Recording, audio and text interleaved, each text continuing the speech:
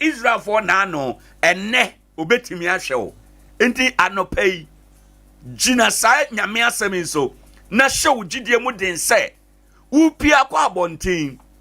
wo muwa ewe Awurade Nyankopɔn nkyɛn ɔno ne asafo Awurade abrabɔ no to ne den se dan a ɔno no uti pagafo abrabɔ sini ti ase a ɛyɛ ɔno ɛna ɔbɛkyekye ɔrɛ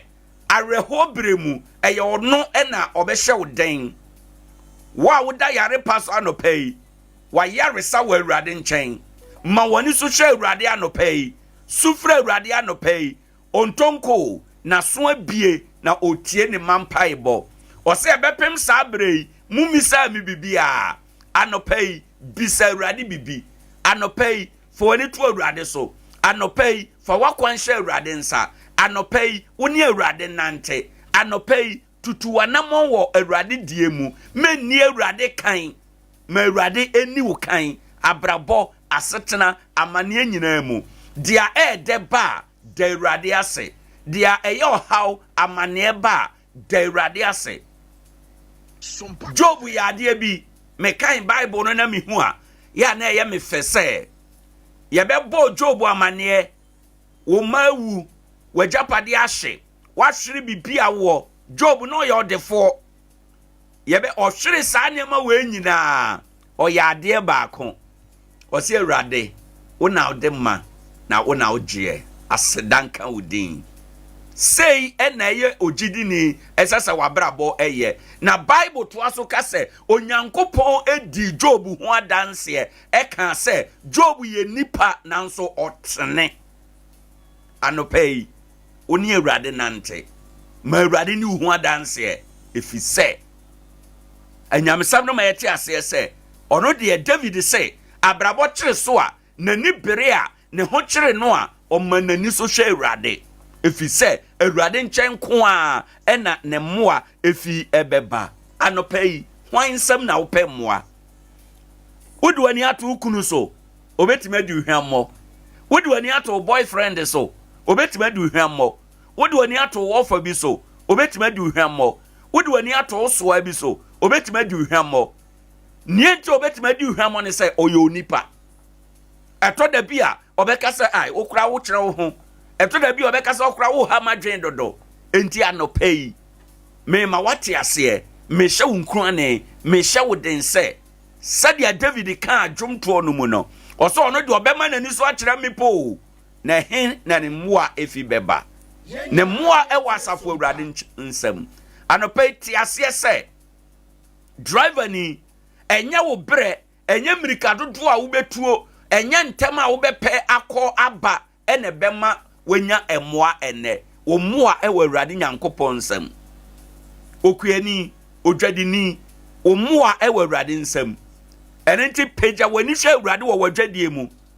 pagya wani hwɛ Awurade wɔ wawadie mu pagya wani hwɛ Awurade wɔ adwuma a woyɛ mu pagya wani hwɛ Awurade wɔ nkɔmɔ a wodie mu pagya wani hwɛ Awurade ɛwɔ anamon bi a wotuo mu na bisa Awurade na bisa ho sɛ baby amapagya mani ahwei enkomo amidie emmoa be ne wo mu a ebeba amame David say ono de obema nani so akyerɛ me po na ye Awurade honko a ɛna ne mmoa efi beba enyamesɛm ye me de sɛ o say memma mani so akyerɛ emepo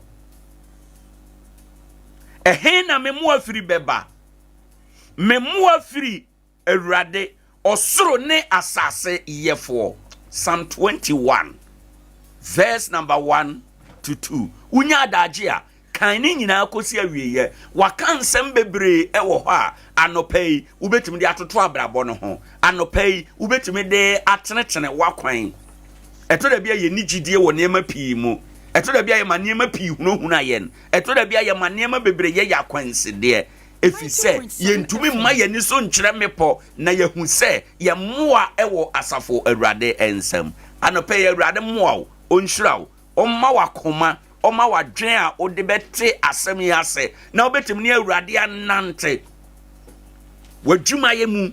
woni Awurade nante sɛ ye kasa woni Awurade nante a ɛnyɛ sɛ bia waso Awurade nsa ɛna ane no tutu manamo ebomu wade ye mu ma ye hunu Awurade wom wade ye mu ma yehunu nyamesuro ewom bibi bia wo ye ma yehunu nyamesuro ewomu wonfa wo pe enye bibi o ye bibi a o dwen ho e ka se ade a me ye efata se me ya na ade a me ye ebeboa me ana ade a me ye ebeso awurade ani ana praise before to jumbe o se asem bia meka ade bia meye esese me bisa awurade se esese me bisa se ebeye Yesu fa na sana ikire se woni awurade nante nti anopei ye ne David be ya den se ye de ye muwa wasafo awurade ho enti sa brabo kire ye so a ono na ye pagya ye ni ede kire eno efi se ni mu ena ye de ye re ya hye ne so ena ye de ye ho ya to ni mu ena ye nya ya homeka ewo abrabo ene asetena mu enti na no David ka bio se awurade na ba ne ne poma ene cheche me re anopei awurade cheche wo re anopei dia wo yare awurade ma ayaresa adom elocate you anopei dia ni daso nie awurade connect ani daso emaw eye den abrabo ye den obi agetom se uni ani daso bia nanso minimade ba ko se awurade betimi ahyew anopei enye awurade din o so betimi ama obi abesraw nipa no kra unim ne da awurade betimi ama na abesraw na nipa no ba besraw wi a ne nsam ena obenya adom obenya emmoa anopei yaka ne sa awie no mepesa me ma wache bio na me ma wakwa aba na me kai wo se Adea Akye Abia dwumade so ne ya hye ye hunkura ne awie no enche anopei nkaibosem ebeba ye wie nkaibosem no pe na ye tie asim na yakofa anopa no nsia kasebo na chi ye besa ba ya nkasa ye die mu anopei the show is fully packed nkomo bebre ewo ho a ye de bebro enkomo na chi no ye wo presentations ahodo ewo ho President John Dramani Mahama Adea 14 days o can say or the beye ne cabinet no lo and behold watumi aye enora eye ne 14th day otena akonwa eso na Adea wayi ne cabinet ministers no wayi wo mu nyina awie so far yanya 42 ministerial nominees yebeye analysis no yebeye segregation no e massa na ewom MPs dodo sen enso ena ewomu ene anope because constitution say e wo say yeyi MP ministers no dodo na free parliament and anope will go behind these issues and give you analytical analysis here on your morning radio. That said, anopei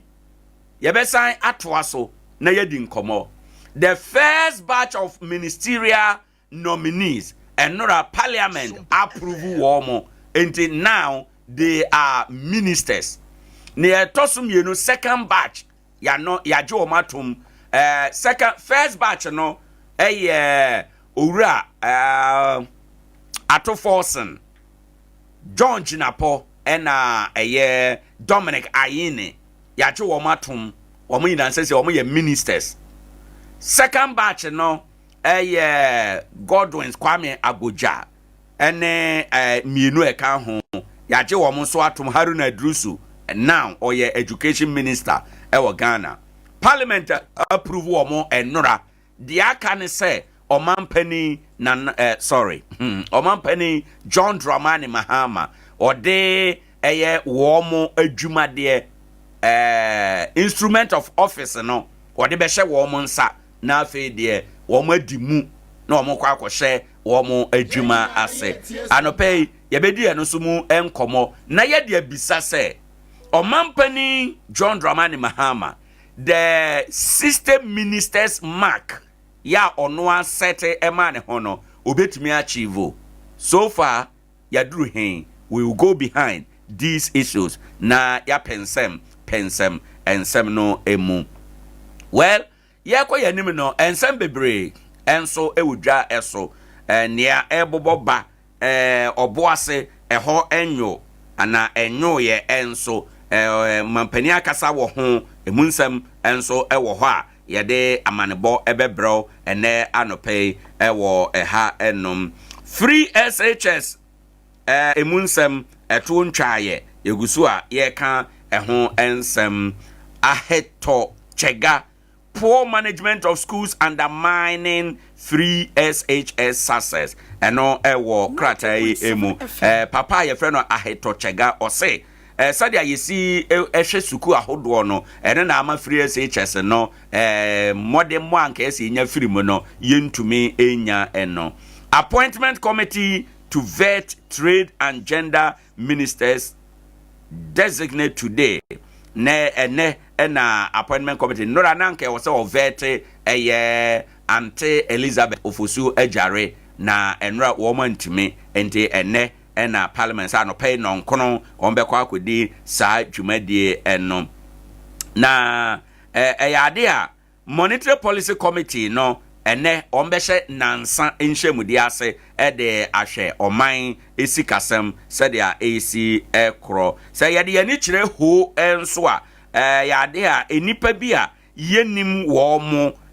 unidentified persons omo di ja akwakoto any DC officer ewo ho no emu Mahama Yarega to replace Atoforson as majority leader say ura Atoforson ya esanse ya ye minister ntino ura Mahama Yarega ono ba be hye na nemu aye dom kese no ba no dani ewo emrahye bedwam ho enom I will serve with humility and integrity Atoforson na yayi ni se soafo a ohwe o man sikasem eso wabo amane se eye na hoho a se yede sa adwuma no amano na ode ahobrase ne nokwaredie ene bedi sana hene no ede ama Ghana for bosha wahye eno okọ eye nkwanta ewo framantamu basabasa ya asie ewo ho enya asem keto nipa aduonum na sesi aye kase basabasa ye no ho ya kire wonom ewo ho enom still on the ministerial appointment no the third batch of announcement no aba at long last Nkoranza MP Honorable Emmanuel Kwadwo Ajekum yaboni din as Minister of State in charge of special initiatives. Minister of State in charge of special initiative. Anope twen ye menko ye presentation ye mu no ye bema wahunu ye kasa obi ye minister or ye hwan ene ye kasa obi ye minister of state ono so ye hwan anope ye be cheche ni nyina emu if you say ebinumu kasa efa say minister ana position ade ama ye wura Ajekum no sabe enhyeda nso ani bia wona dwene na anope ye be kirem ewo presentation no mu enti twen ye menko answer also 90.7 FM Nkoranza for ye how kese pa say ya yete ho eye anantwisem enora enhyamudie kakraka bia koso won Nkoranza ha ewo Nkoranza ahemfie Nkoranza man hene nana kwa me bafo otoso 9 ena otena adwam assembly members won Nkoranza nkonwa saase so efiri Nkoranza na afo kosi na tifi kosi kentampo omo nyina baabi hyiamu kakraka pa ahemfo ewo mu nyina dikrofo obia baabi na enora ena hu se sa tumi ekasa ewa ahemfie na enora ekoye abobo mpensem weka dia eka na dwene anantwie wo hawo okobon tene ne mpotwe anantwie ekobebro mpem 94,000 ene hye egura mu honom eha kuafo bredi proso nchinkama mu ende bobo yeye hwe a enyeye yemfa nko yemfa mra yetoato adwene nyina dia akwa akosia ne se nana kwa mbafo ye Nkoranza man hene wode atudwa wagira ne tumi so de atudwa se oma adikrofo ene assembly members nyina kopem enne na wotwe na nantwie bia firi Nkoranza asase so enne na wo enkopem enne na wotwe na nantwie bia firi Nkoranza asase eso enti no enye nkomodio tumi oboni beka se ye order ena wama ose yempam womo yepamu a prosini bia ni ho a owo Nkoranza asase we so a obetimi asore aka se mwakopam obi nantwie enti no ye ba beche mo ose omudi omu prosi ba asase no ye Nkoranza man hene dia enti nasama okane se kopim enne na wotwe nantwie bia emfiri Nkoranza asase so odi kuro assemblyman a wontamu nantwie bi bewo ho ene obeba bekyirem ewa ahemfie nie nti a oman hena ka se yempama nantwie nyina na wo nantwie eda so egu eye Nkoranza asase so ewe Nkoranza akuafo no baye nyame ya adom a yemman mu nkoso so yebetie enne ahodo videos ahodo yebehwe ne nyina yebepensem mu ewo into details ewo ho enom nana man hensan ka biem wose akuafo a wodon Nkoranza asase so efi na ekosune obia mfane no baye enko kuro foforo so enkoton sa wodon Nkoranza asase so a wobeton wo niam wo Nkoranza asase so se be ya Nkoranza dwa ebetim ebie ose one adwamfo behia na yahwe edwa yedi ne brada nko an yebesesa no yade bi beka ho na yanya enna no dodo ewo ho enom enye no nko ose ahemfo a moton sase basa sune watwam efisa asase bia won Nkoranza ye ne dia enti watwam enti eno nso eye dia ode tu edwa abusiafo 21st Keneke for Ada Roma and Adea Akye Abia Jumadi ebro we ye emoboso ye ko na ye ba ye bedomu suko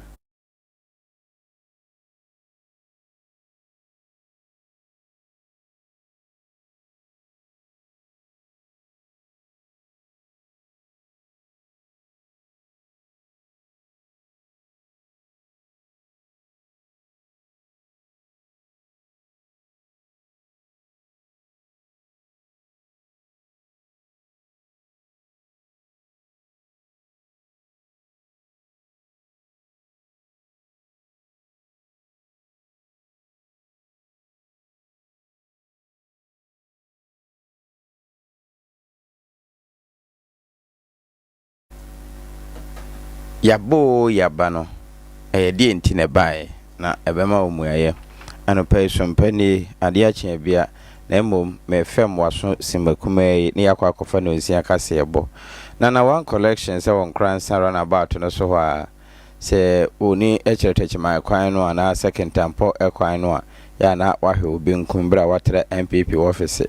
eno achi se ofri techima na eba dia ene obetra ho ansa odro MPP office ho echa hodo bia wono eneton eno achi ne socks na apa na akọ singlet boxes wotonton ni nyina bi t-shirt de menamenka o assault nyina bi material papa ena wono akure ya wasanso e design e customization work ni nyina enti t-shirt print na fakoma wonyemma na wonfa design ebi mawi aseda kura emreo na enye wo brand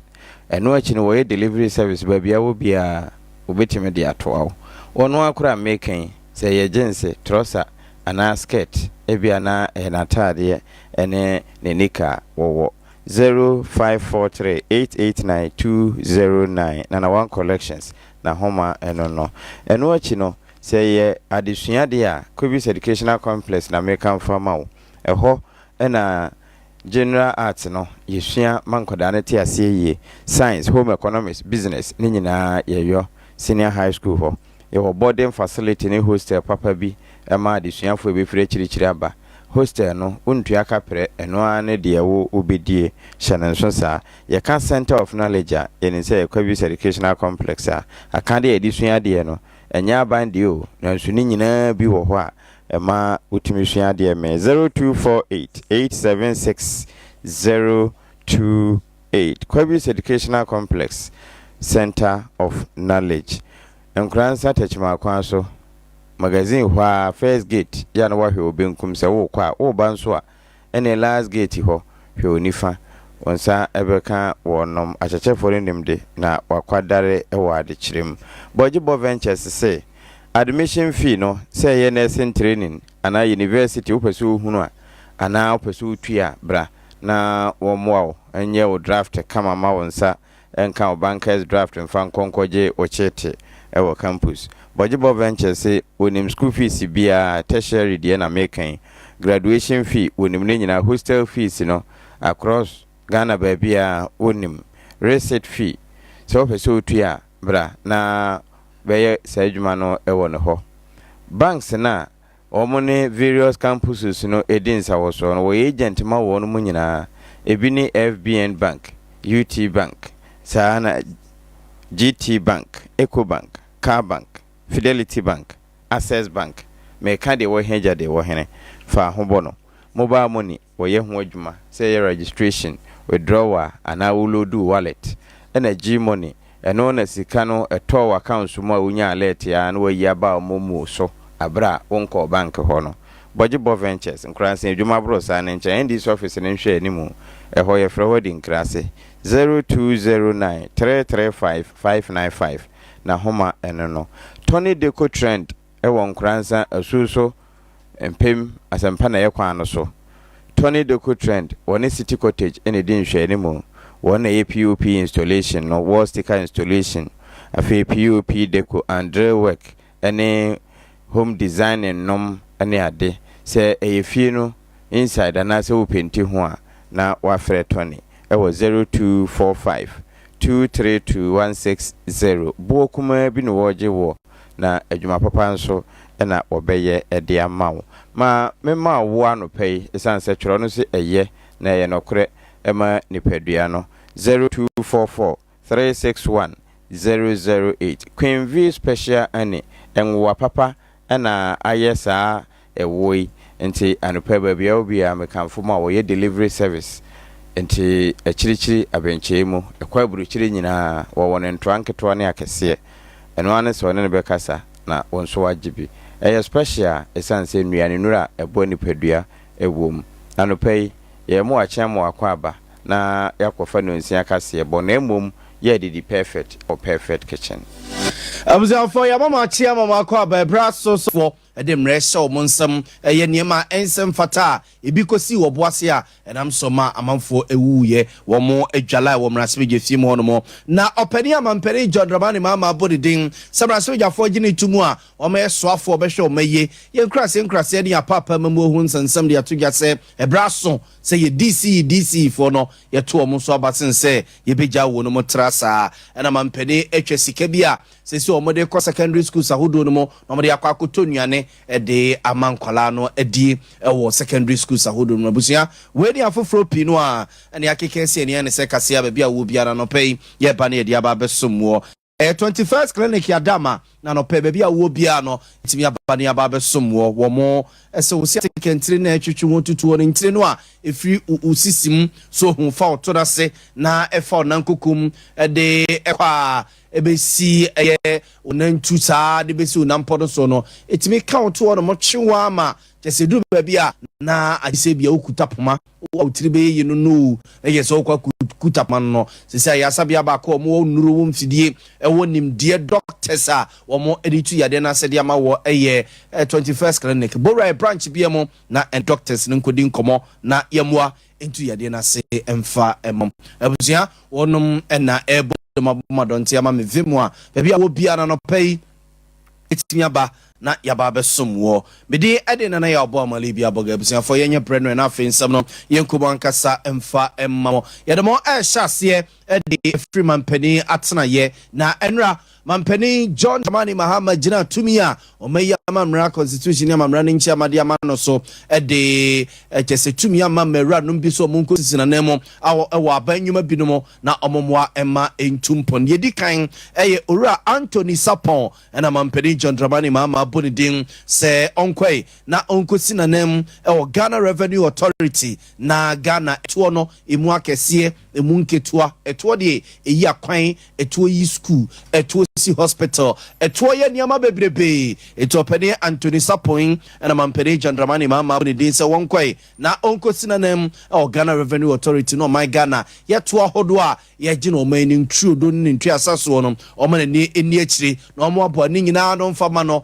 na gese de be yem puntudwuma no ye de bi akwakọ ye kane na maame eye Julie Esem ena na ewo ho no se pene kwanchefo a woda Ghana Revenue Authority ano ya na dwuma ebe awieye mampere John Dramani Mahama apaw urayi se wonko na onkonko ye dwuma o Ghana Revenue Authority na ohwe urayi a ansa na Ghana Revenue Authority akwakọ ye dwuma na oye dwuma ewo adwumako bi from say KPMG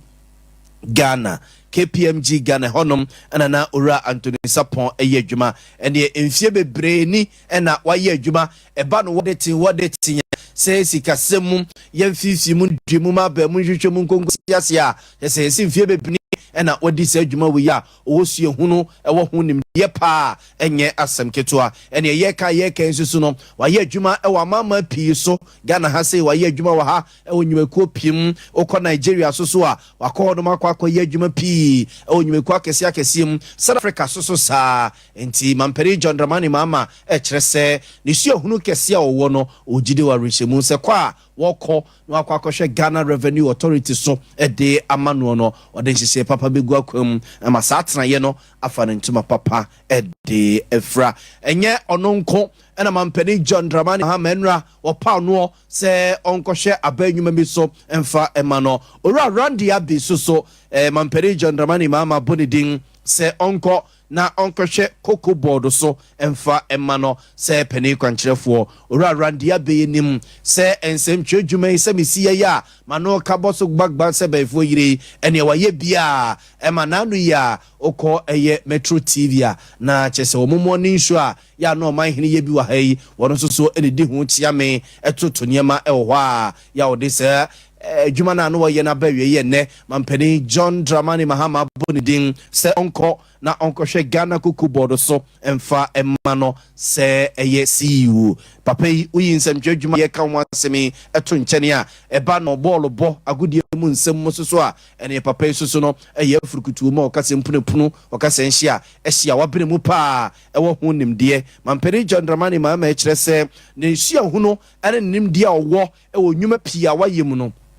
ojide wa reshemu se Randia be kwa okwa ye adwuma se kuku board penimpa no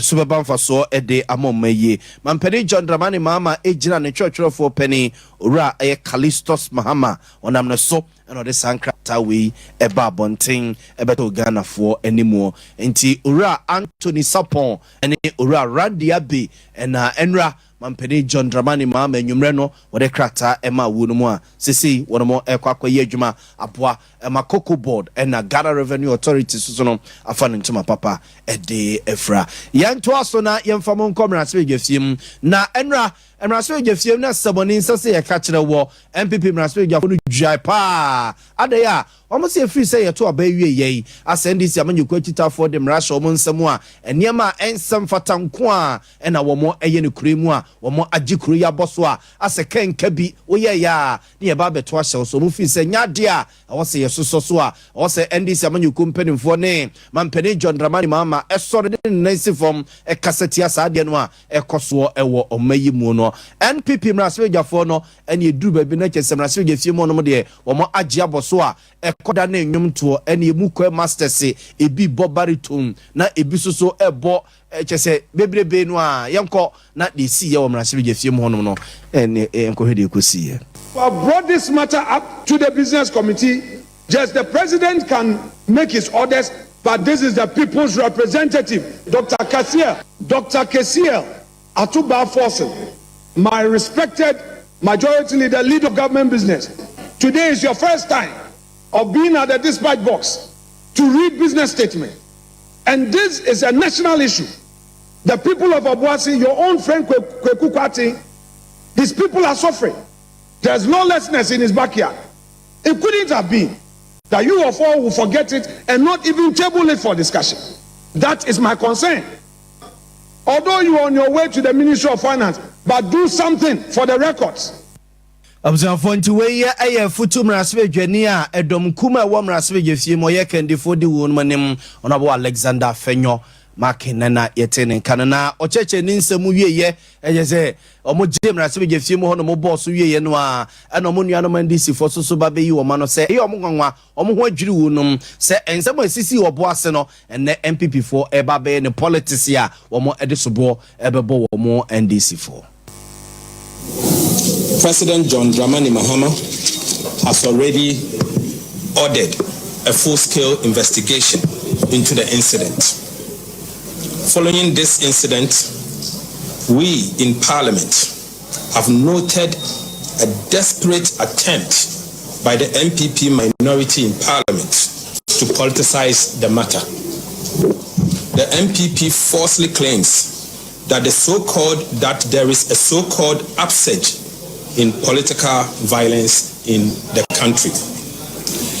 They also created a misleading impression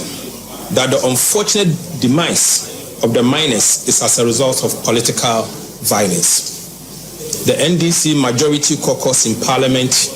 condemns the desperate attempt by the MPP Minority Caucus to Abzanfo nti we ye Dr. Kesel atoba force na ne yete nken wo ye NDC mraswe dwani wo mraswe gefie ma de hye wo adwumako enye ne sema batom peso so esa so edom kese no wo mo ekendifo a wonam kwaso firim akwakoye finance minister ena yete nken afi yemfomo enko enwomasuam sabaka sene nso a emra suku bie foforo January nim na chese January no be ne de toso miensa de kosi ene nine so a na yenuanom nkuma ne yema no eko school secondary school so no na chese ne makwa akoye de ne pa de na ema ne mamu kokoye de ne enkwala no school omo ko no aduane a na omo ekwa akodi titiru ene omo a na omo ewo boarding house ahodo no sebeka ye nam so ma headmasters ne headmistress no mo senior high school so no crowd betu gasa abatan no ene mo mane eba se fufuo na betimi ya wo na epen kwan kakraka no ho na se na wotwemienu o semien so se bosumi na oba bedi a na je se ne odi ni kakra se banku so a na ne wo ka dokona na waka ne sa beti o se edi wo na je se wo ka e dia ma o ma na dia ba school mu ho no mo vise omo no omo ni ka pre da school mu na mpese omo e de anu anuane e de amankwala no eno na enei ye ntete a ye tete yese Mamperi John Dramani Mahama ashe na soafo ne mpedimfo binom se omo enfa be 200 million Ghana cedis enko secondary schools ahodo no mo na emfa enche omo nkoche ma headmasters no ene headmistress no na omo mfa ni dwa de sefata bia emfa enu aduane emfa ema enkwala no ora Felix kwache ofosu eye penimpa wono ene hwenkitamudie ho nsensem so ema eye Mampeni John Dramani Mahama ene Mampeni atena ye wonu nyina wono ene ne nsemtwefo di nkoma na ode enchiremo eba se atosodi ahodo bi a ebehia ama omode anu anuane amankwala no sa 200 million Ghana cedis ya Mampeni John Dramani Mahama yi somo emfanko secondary schools ahodo no munkoche ma headmasters no omo emfanisa adwuma no sebeka hye nso a ansa na sikei ebeko no na Mampeni John Dramani Mahama ahye se emu bi ene nuane bi a Mampeni na nadodan kwa kufu ado penso mo kokra ye begu tema na nka omudi gu onom se koba se ekombi eyiniti wo mayimu a ye de asosa no sa mo ne aduane no omo antwi enkocheche ma secondary schools ahodo no ya enei wode sika soso no akwako pi wo mo so a ora Felix kwachi ofosu ya ohwenketa wode ho nsensem so de enchiremu ebei yanto aso ne yemfa monko yenkrase ene ya papa membu ho nsensem ora Ahmed Ibrahim eye NDC mrasebe gani owo mrasebe gefie ma desia o banda batom pesia so Mampeni John Dramani Mahama bonedin sese mrasebe jafo gini tum na efie bia ne ho a wonkoye soafo a obehwe o ma yenkrase ene ya papa membu ho ensensem so enra emfa ho ne sasabra ya abrewa kotodwe nyina akiri no abrewa bo mode ye brabra yi pema kwamu a papa ko mrasoja fiem ema ne nuanom mrasoja fo no kototo na no na ode atwega se ade bia mampani abedi akiri Dr. Alhaji Mahmoud Bamia ansa na obesori akonya so okofa de ba ya ne efe ne drip no wose eni ya wo bei obehwese ode be ye adwuma na inkrasi akwan bi asese no omo sisi ni nyina. Mr. Chairman, the TRIP project or program, District Road Improvement Program, was a laudable one, and it was jointly conceived through the Committee on Local Government, the Parliament leadership, together with the Ministry and Administration. Mr. Chairman, unfortunately, my brother is saying it was owned by the Local Government Ministry. But Local Government Ministry was not part of the procurement, and therefore there were challenges at birth. And he's asking, how am I going to pursue it? Mr. Chairman, every district chief executive watching me. Observant way Honorable Ahmed Ibrahim ni yete na answa and which susu no mo kwako busa no se office ebre no nie se omanyi ye ben hyehye se ye DC yahodo a ye bi wo mu nyina no enkoye se bia mampeni no na etra se wa bankesiem na wayi asomasi anaso obentene so onkomansini wi so enkohwe so emfama no nemum adehye no a ebefiri wo mu pem ayi omo fi se ombetimi aboama omo mpotem amamu hu nsensem etumpone eye abato a na ye fi se wose yeto edi ye DC si no kire se wono omo ya adwene ofi se achekra osenka sabre ya yesade wi no mokrade dada. One, in the first question, I do agree that MMDCs must be elected. The second question, I disagree that it must be done on partisan basis, and that is the bone of contention between the two sides. We said MMDCs must be elected on non-partisan basis, and you said they must be elected on partisan basis. We sold these two views to Ghanaians. 184. You had 88.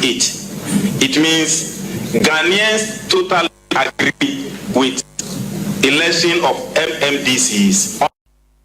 Observant way Honorable Ahmed Ibrahim or NDC Mraswejani or Raswejima this year Banda Baton Persuaso Esa Openi Bakwa Mampeni John Dramani Mama Bonidin Samrasweja for Gini Tumwa Uncle He Atnaya Ebehi in Crassi ne Ya Pememu and Simum Yagusua Edmo Ewa in Crassia Memumuna Yafa Yeni and Chachman Punya Baton Peso Ewa Asantamantema say na Oba Penia one of any man said in Komama and this Yaman Kunu Achman Punya Baton so nyine hina bonte so ni yeken Hajia Sakina Ofuriwa ode atugya se nyine hini box site no a eta ho no no edi akwakwa ya amanyosem so domfo ya dom mama mpeni John Dramani mama ne ndi si amanyuku no de tumi ama no se onya bankrate pani nyine hini no mpotemu a obehwese emra binom ebetenetene na yaye ni yi ama box site ne so abamfa so ama adehye wo nyine hini ene omamu ne nyina we emra okoye ma mpedimfo toto na no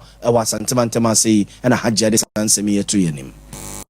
John Dramani Mahama, ye president that time, any now or match mampu no man say good year now form. Say yenye juma tua a bede na mebunu enye juma ye a bede na mpunwa district no enya nkoso any mpuntu. And that was the priority and I papa John Dramani Mahama ene nyame and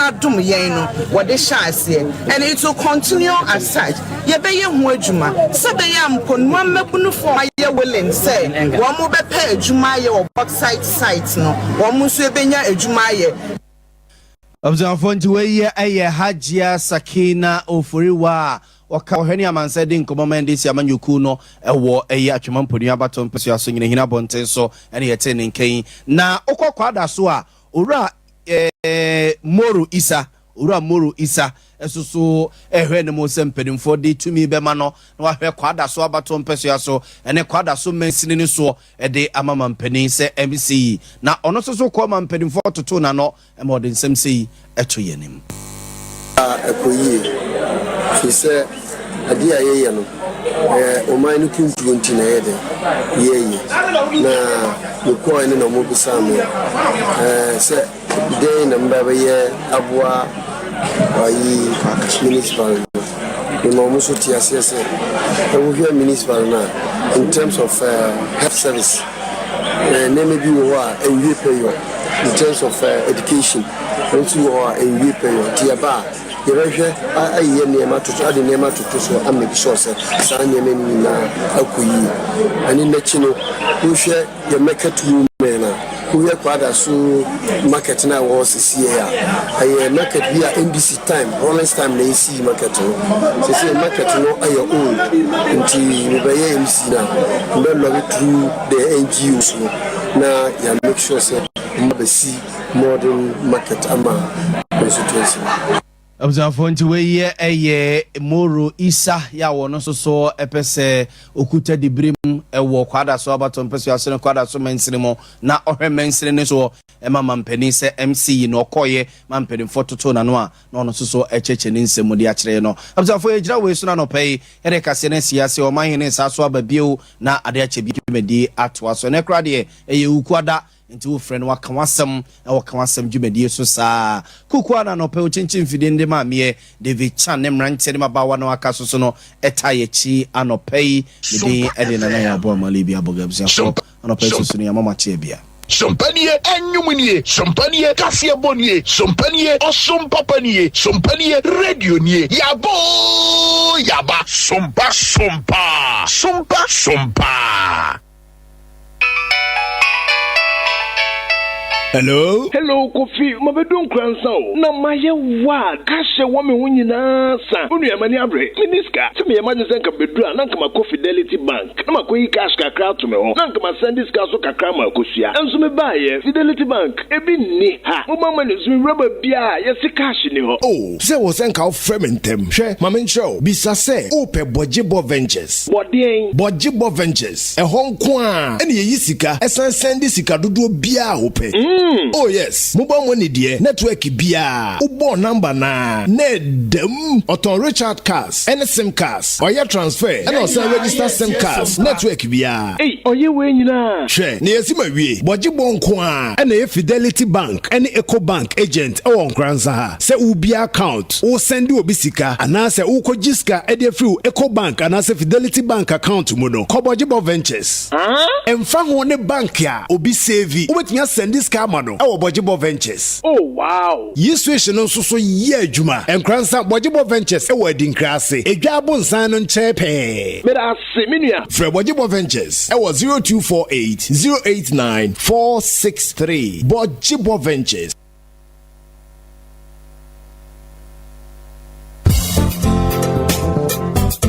Afi we nso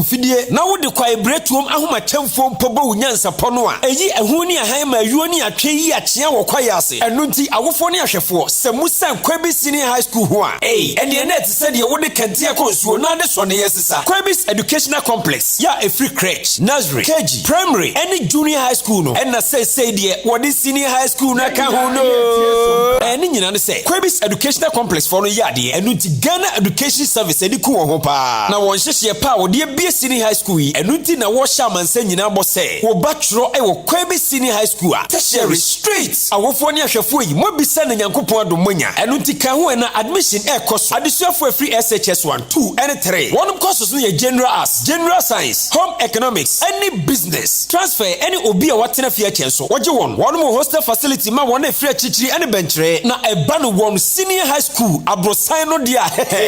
o ko beda adesua keke Kwebis Senior High School akyerɛkyerɛfo na benkitesua hunu so wade kyerem na wonim na poso a wobɛkyerɛw ama wotwa wase no simple Kwebis Senior High School one Nkoranza New Magazine Techiman Road ofri Kwebis Educational Complex pe na wo ko Kwebis Senior High School ana afre wo no 024-887-6028 and 0553-959997 Kwebis Senior High School Center of Knowledge.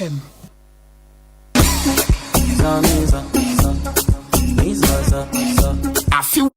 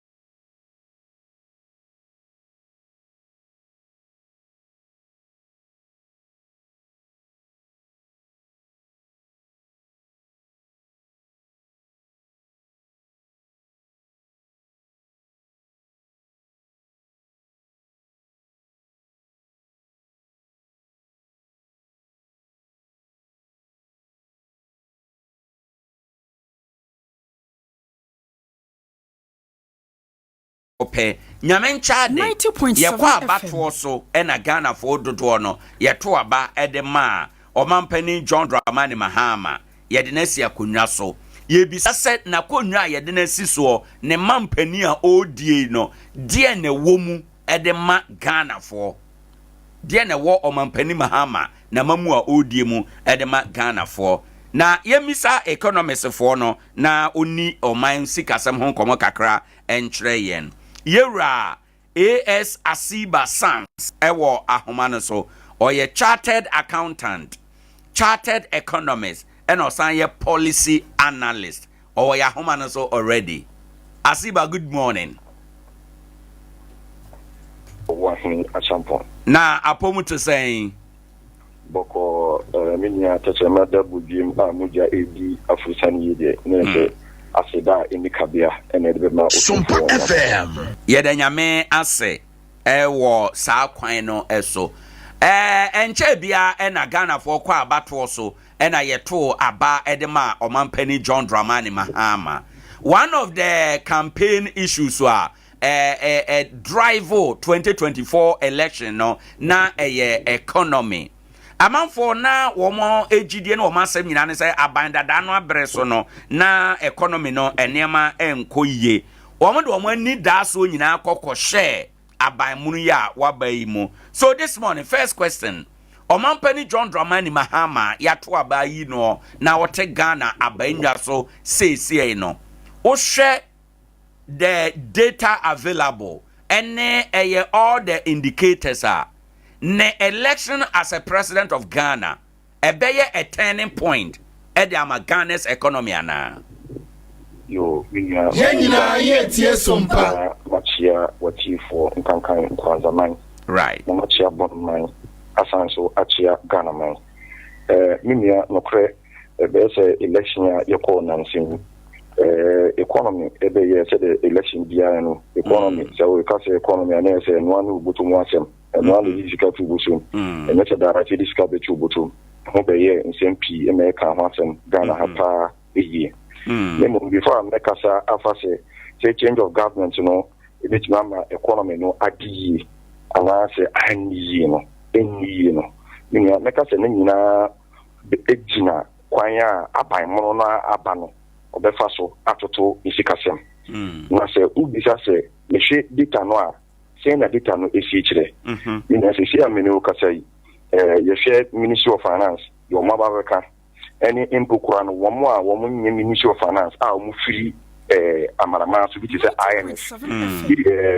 bi ti se rating agencies mina de o mo kan ne se o mo share ni se FEB afiu ya iba bisimi any the beto aso every 2025 right. Yes. By 2026 there ended the year now single digit inflation likely say or might be ebeko almost science to project say growth rate in so quite fast economy no and also beko so almost science so action tekremo action data no action be a niema e kwa assign akase Yankopon boa afiu ya yasimu sidi no ahode no begina brane ye kase na ahode begina brane enkyere se sidi no empopon ho ebe popon no nimu se de esi popon ho kehye emre bi atwam no na nsisa na se ye kan saa na se yesi afi na abanmo na ba ede ne bituma ede agena so amana hu sa abanmo no obeye nhyehyeye a ebe boa ama nkatrem tekremamu na ma hye no ye fense prediction na ya ye no say economy no be kuyi no ebe ba mu ana right as mean ya se America say make us say a bit too early the entire America say na say if you be na eba abamoni eba mu be after COVID be usha abaya atwam ko ye ombetira akunya so ebubo ba be ye fense 2020 election one no na economy no ejina brani after COVID no ebaye ema akodi hu ntmp so ameno IMF eba out ebe ka say although say Ghana as ayusu kapa say we control COVID nemu economy no recover and a Russian Ukraine war as a cobai. Russian Ukraine war by the incentive by destabilizing global effects a food no prices as I say a coso a big dream has any if a big Ghana so Emma IMF ever case Ghana echo IMF because Ghana IMF I say we anybody say ni we are so we are not if you call drugs or now copper parabinum Nasa Parano and Kui Amawa you call doctor in the non parano and internal policies are hanging I will say economy and doctor non IMF you could do IMF or doctor also actually require the faso what ma abide say okay abide me person we say name mama kwai share policies are obey ya with the economy no ebe kunani enti abide no esan ko IMF anim IMF ni manima nyina na see amenu ka say IMF last review about be no wa fe say economy no be dey etuku wa kire na abide mu nso a wa be abide mu bia eba ono nso won nhyehyɛ a ne nhyehyɛ no ebia ɛne aban na etwa mu no enye nhyehyɛ pɛpɛ nanso wo bia campaign promise so a ebaka say sa yenti America na say ebe say aban we so far the aban we aka yentimi nyina so pise sei na ebeko because aban we I free no mo first budget eba nimu ye so far ministers are mako event appointment committee anim based on your maka based on near ewo manifesto mu a abari ka say free tertiary education be say yewura Haruna Idrusu eko mu appointment committee no o ka say free tertiary no be ba free university rather free university or say free tertiary free university no be ba so o say Africa no ombetia almost agric minister so call you so ka say aban no be by friend Ghana agriculture insurance scheme you dey be insure agric and sign almost be the reference 10 billion big push infrastructure policy 24-hour economy 24-hour economy no say tie understand na manyo mu a I say almost be incentivize be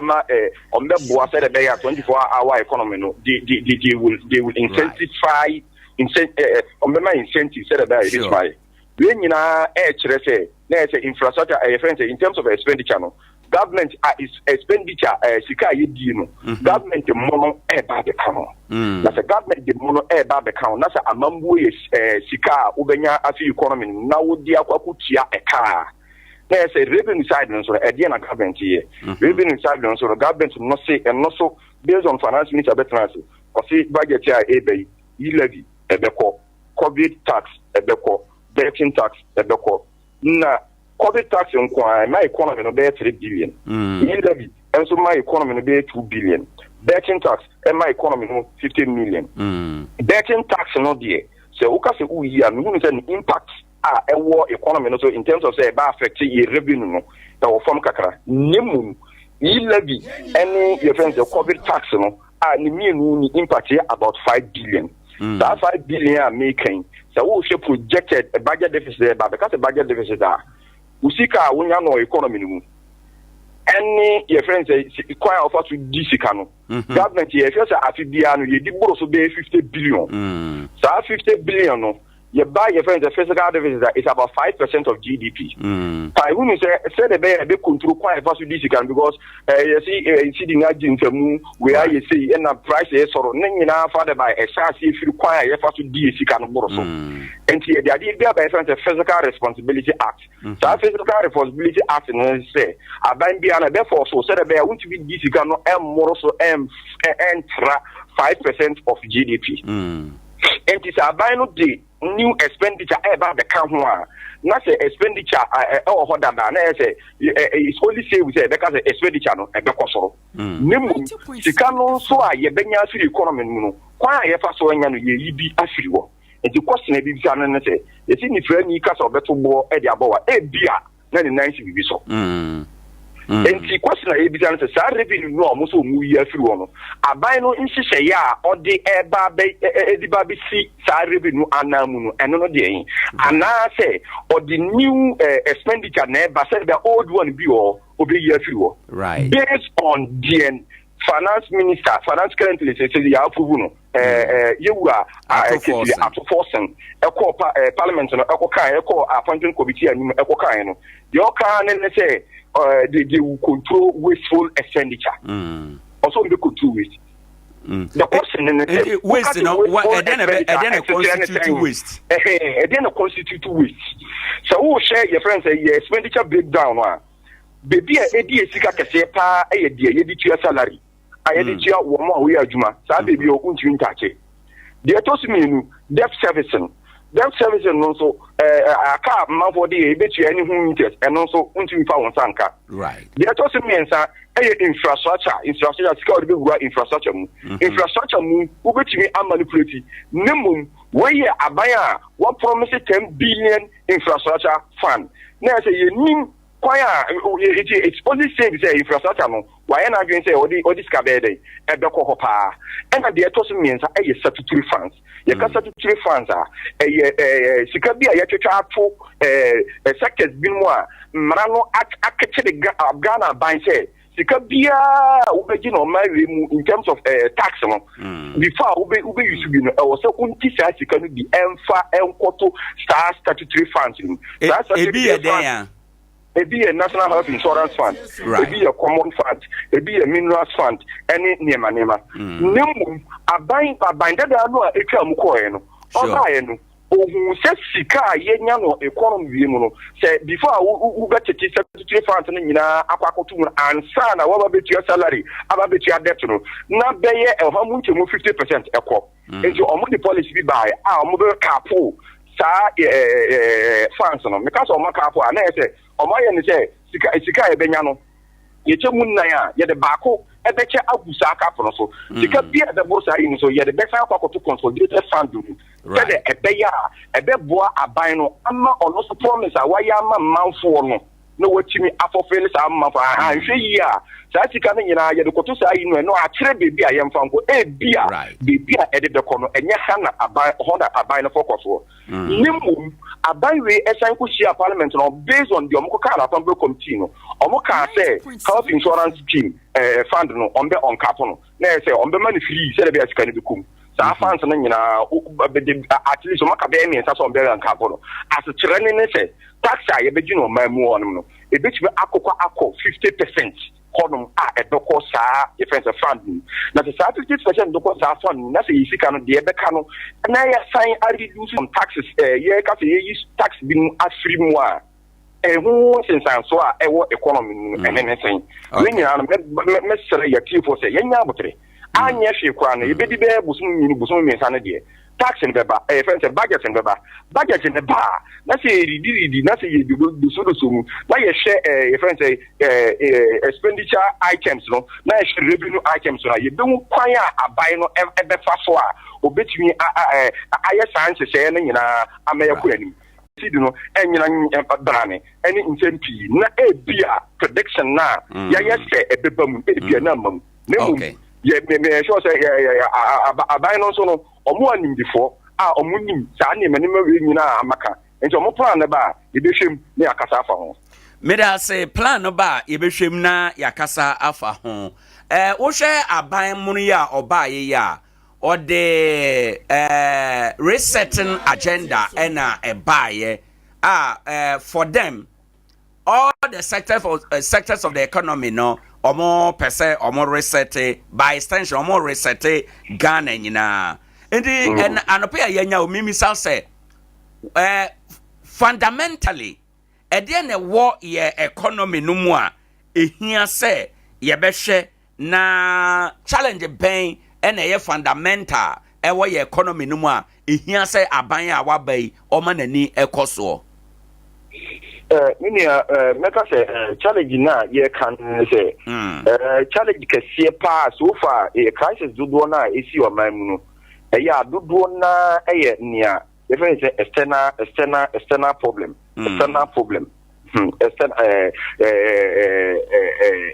bibi ebesi ewiase nyina na baba affect nti America say ye economy ni open economy ye ka say open economy economy a ye koto ade wa abonten na ye di aba na ye so ye de na ye nya no fi no ye di akọ abonten na economy bia ni the extent a omuye more open the more na wo ye stable wo ye wo toto economy ni ma no na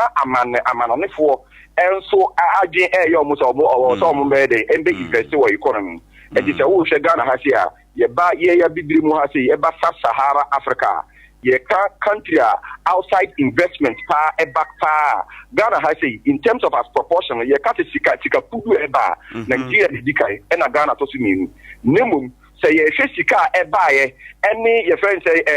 ya japade aye wo e ho mu nchamu a sika ye di fi amano ne e ba we economy mu any wa japade aye wo a Ghana de no edi Nigeria ho kan the obia investment in terms of FDI economy no very high biano anytime bia bibesi ewiase no usa nipa no like home sense so no so kese your friends wa hoden enti no interest our so be 2%.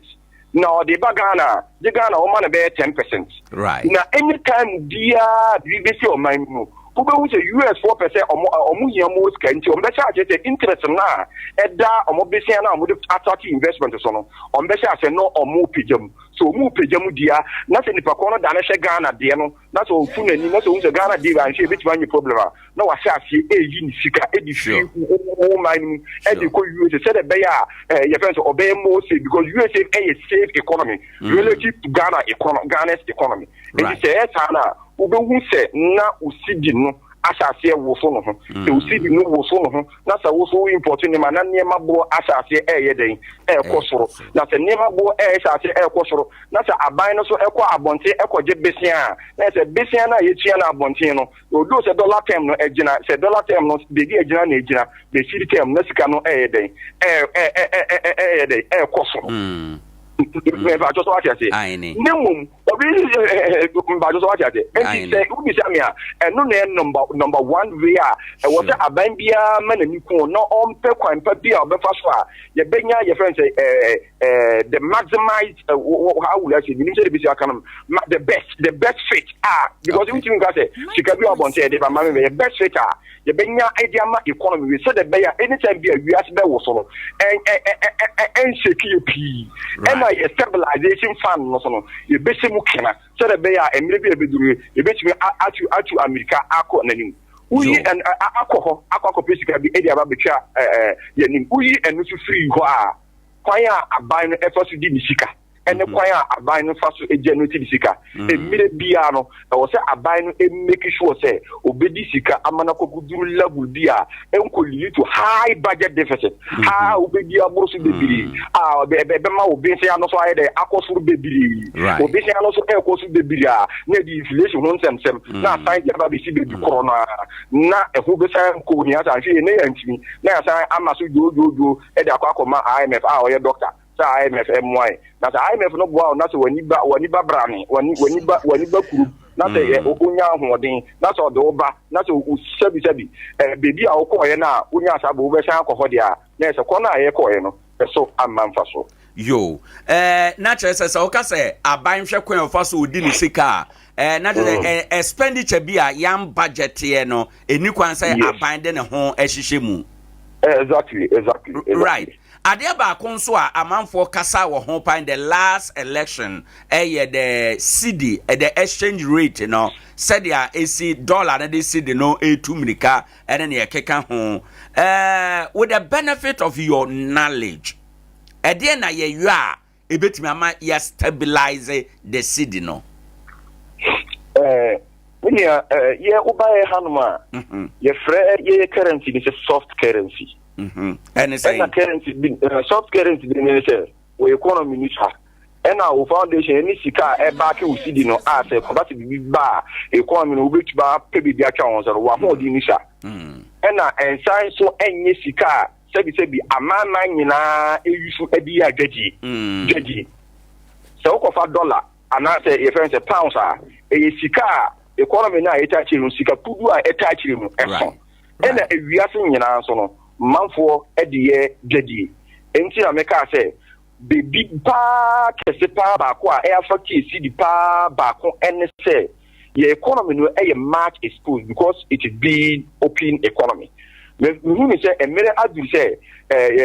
ya nim before no on better say na ya dwen ahye the best fit investment level you hear no economy say the be a mere bia atrenchen bi be si wi aso kwan a ebefa so a affect economy no enye kese say the etitie no sure we and also free in China. Your friends intelligent yen try export no near export because as it stands now we to work at yourself now didn't see that yen fa embagu and to near import to free country we na mum de kono edeko no why na champo about be about kasa ube sa de no ade na be bafa de nti be bafa ne say u koku o de kwa komo obi no so de ni ma bia ba ha so wo bande ni koku no so no so be bande say wo bande the other ba no so be bande koku no enti di awu be ne say kwan pa ben na mefa so amana e said me nkofo because nkofo na ha no mo say mo cultivated taste for outside goods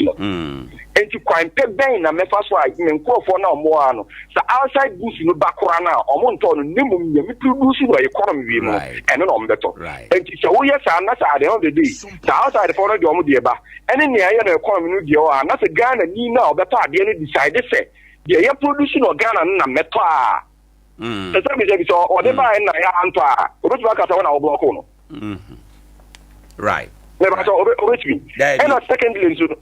on me nyasa nemu so wo ka se me ma o fa ma Ghana fo bi ni so ha and no mo gina so ADD na apology so na yimi de so ka so ya ade no kwa na se ko duru baabi na se nkofo na cha ka ya ye friend say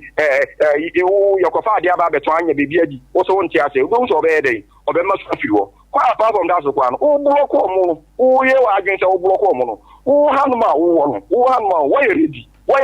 say your friend demand no ube meet in the shortest possible time and so we be say me like I say yenhwe kwan a be fa so in terms of attracting sika be free outside abaha no you be pay the maximized level the best rate e dey my economy no nya be kwan pa bi so a be fa so sensitize the ordinary Ghanaian no na ya support in the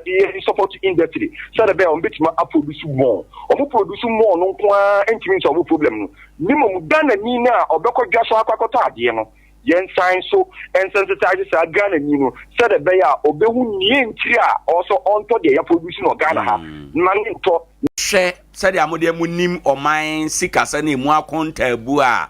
ani da so wo ho mini ani da so na nyina gina de oba be so ena se bi enye malam na ya hu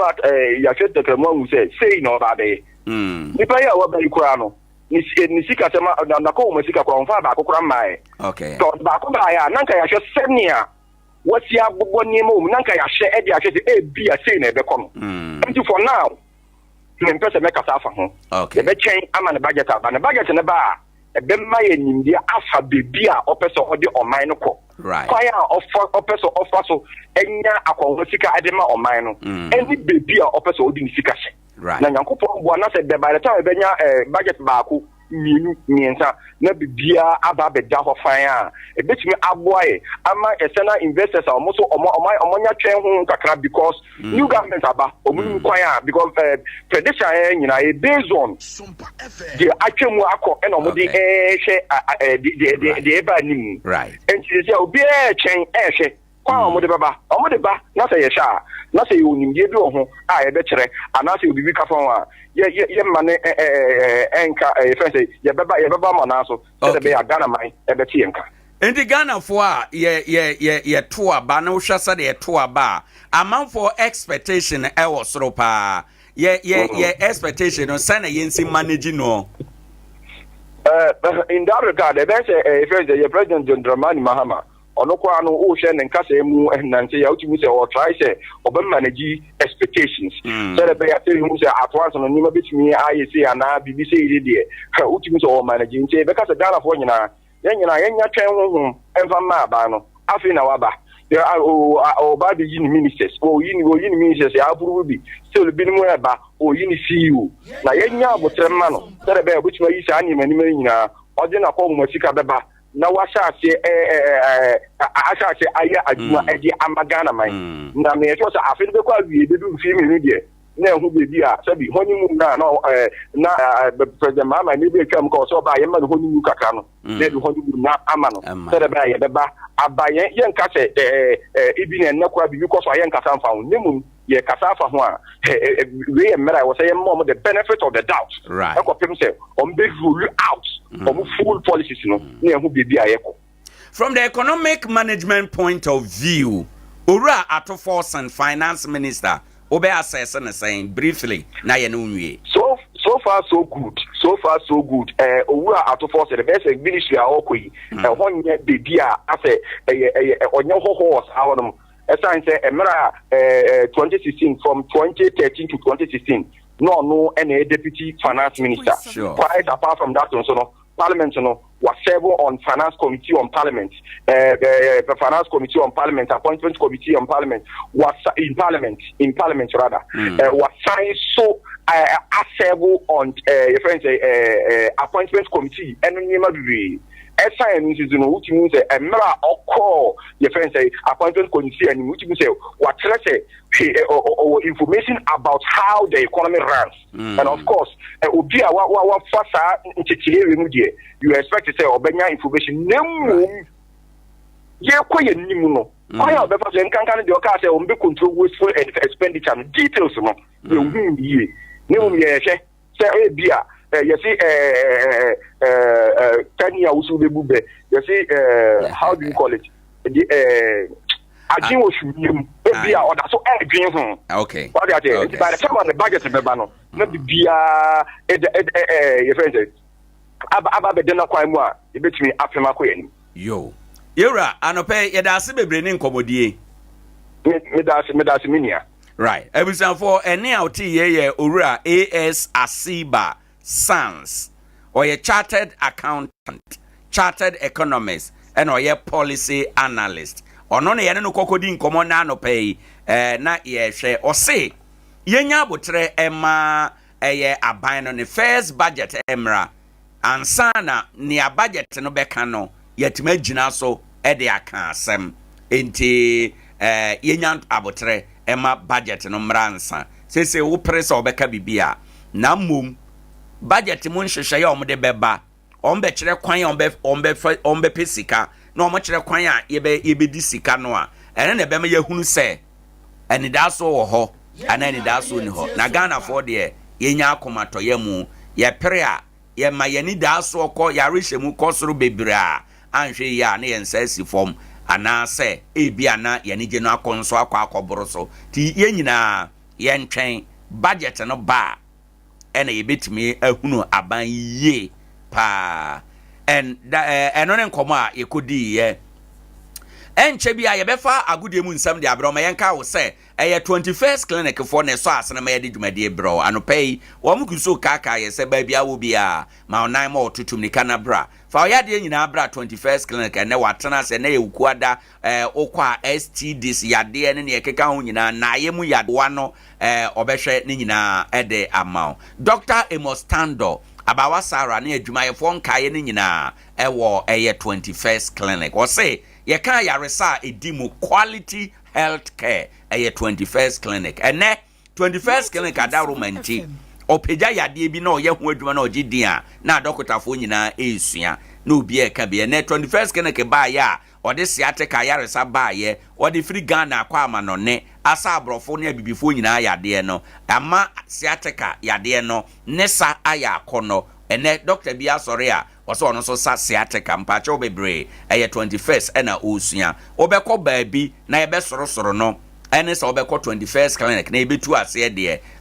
mene wa ka mesore na makọ 21st clinic anope ko ho yenuru ayede man nso yenuane nuru onoma unya akire ha obia endi ya na wahye no nso wakọ na wakọ bi na wadi wanom ebebo papa se dokota bi aka akire se wasichire yade nso uni asichire yade doctor bi aka akire se wo koko enso ni koko na just wa mismatch diagnosis no e de amount ko 21st clinic dia yaka chia no ombetene no kama e de amount enkrobata dunum Ghana ha nyina omo ye adwuma ena no pay Ghana ha no baabi e bi ben wo Nkoranza de no e wo children's park in chain ene Presby bank edi animhwe techiman e osunyan kwan so bank dan dada GN bank dan dada no mu eho ena womo ye ben police station dada no e osunyan kwan so ana baabi akane na agenkwan FM wo no ye ben ho enom se okọ wenchi a ye wo wenchi dwadada mu nana takora abro sign na chi e wo baabi ama no tom paboa ne niema nketankete wo table so no ene labista baabi a labista ton ntwinam no ene ho wonom ene di animhwe e wo dwadada emu kramuso na chi pe ndi ya na wahye no nso afei wokọ eye brekuma ye wo amangwase ye ben Chris FM sanso na takwa ye Roman stores takra de ye wo ho enuma ye wo takra de nso ye wo Accra ye wo Kaswa ye wo Safidebiso ye wo Dwaboso ene emiamia bebre Nkoranza de no ye adwuma no pay 15 branches no nyina obi ye adwuma ye sayade bia enkanka ne intinimu yade siateka ye sasa yade no nso papa o de ba aburu so kra no na anu nansa na wate ese kinken anyesa siateka betimi ama wabubu agu obetena konwam untumi nsore untumi entena wada Roma ko 21st clinic na yemwa yesa yade bia ema yade mema yade mpani yade mofra yade 21st clinic ye ho adwuma me pa cho enkrabata mabobo so nyina frɛ number we eye hotline 0540 311 311 0540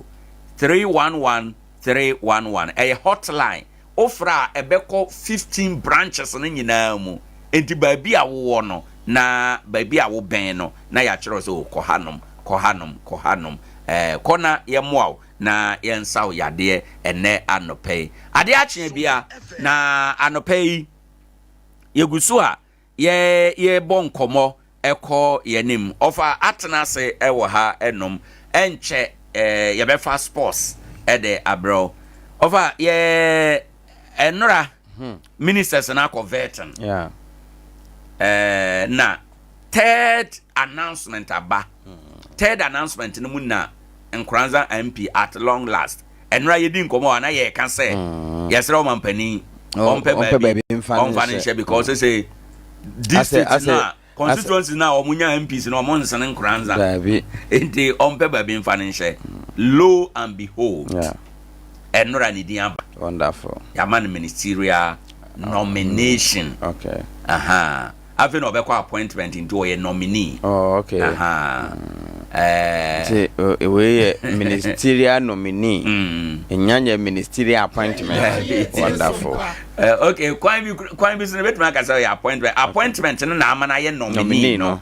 Nti no ye ministerial appointee. Okay. And I've no beko veteran. Okay. Na veteran for no atoto na no.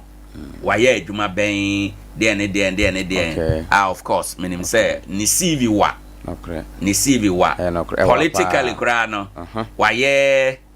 district chief executive pen waye member of parliament pen waye deputy minister pen wasan ye member of parliament bio ene ye politically yes kra ne ye hunu ena ne ye hunu ye ban committee level nyuma bi mo omoye at the committee level a eno no ma bonten ma ye nhunu a and the MPs na ni wo mo ho no waye ni nyina bi nti no oye a big fish yes ene adwuma waye wo mpani nchen ene adwuma waye wo mpani nchen in fact ya man minister nka be me ya na minister no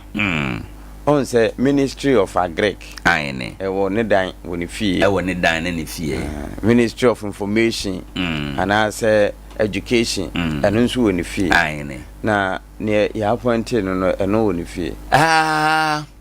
me as for now yenim okay on say how Kumsin wo ho no na how Kumsin ye minister for special initiative ena sesie yewura jekum so sadinwa ena e de ama no ba ne de ye minister of state in charge ena how Kumsin de no na ye minister wa kunu na metro no in the net dan a wo bisa ne ade there over these days there ministry there ye hia edan kongron ansana who say I ministry aban so there wadan bebre nti ye betu office na ye hia ye betu initiative NDC aban eno mampani omode aba nti ye betu me fall under the ministry no but say bia we ne be ko ho no de say ye de na dwuma no hye ne nsa wiea ena ye behunu say these are the special initiatives aban no person for example construction of blocks na ye special initiative no correct but that time na NDC for ni minister bia specifically no until ye part of Minister of Education project no be nti bia I am thinking aloud say adibia aban no NDC aban be ya yes no from the status quo enye ne adibia yenim ne bia no yenim foforo bia ye de ba be kan ho no oro na bia obe coordinate looking at the name of the ministry no minister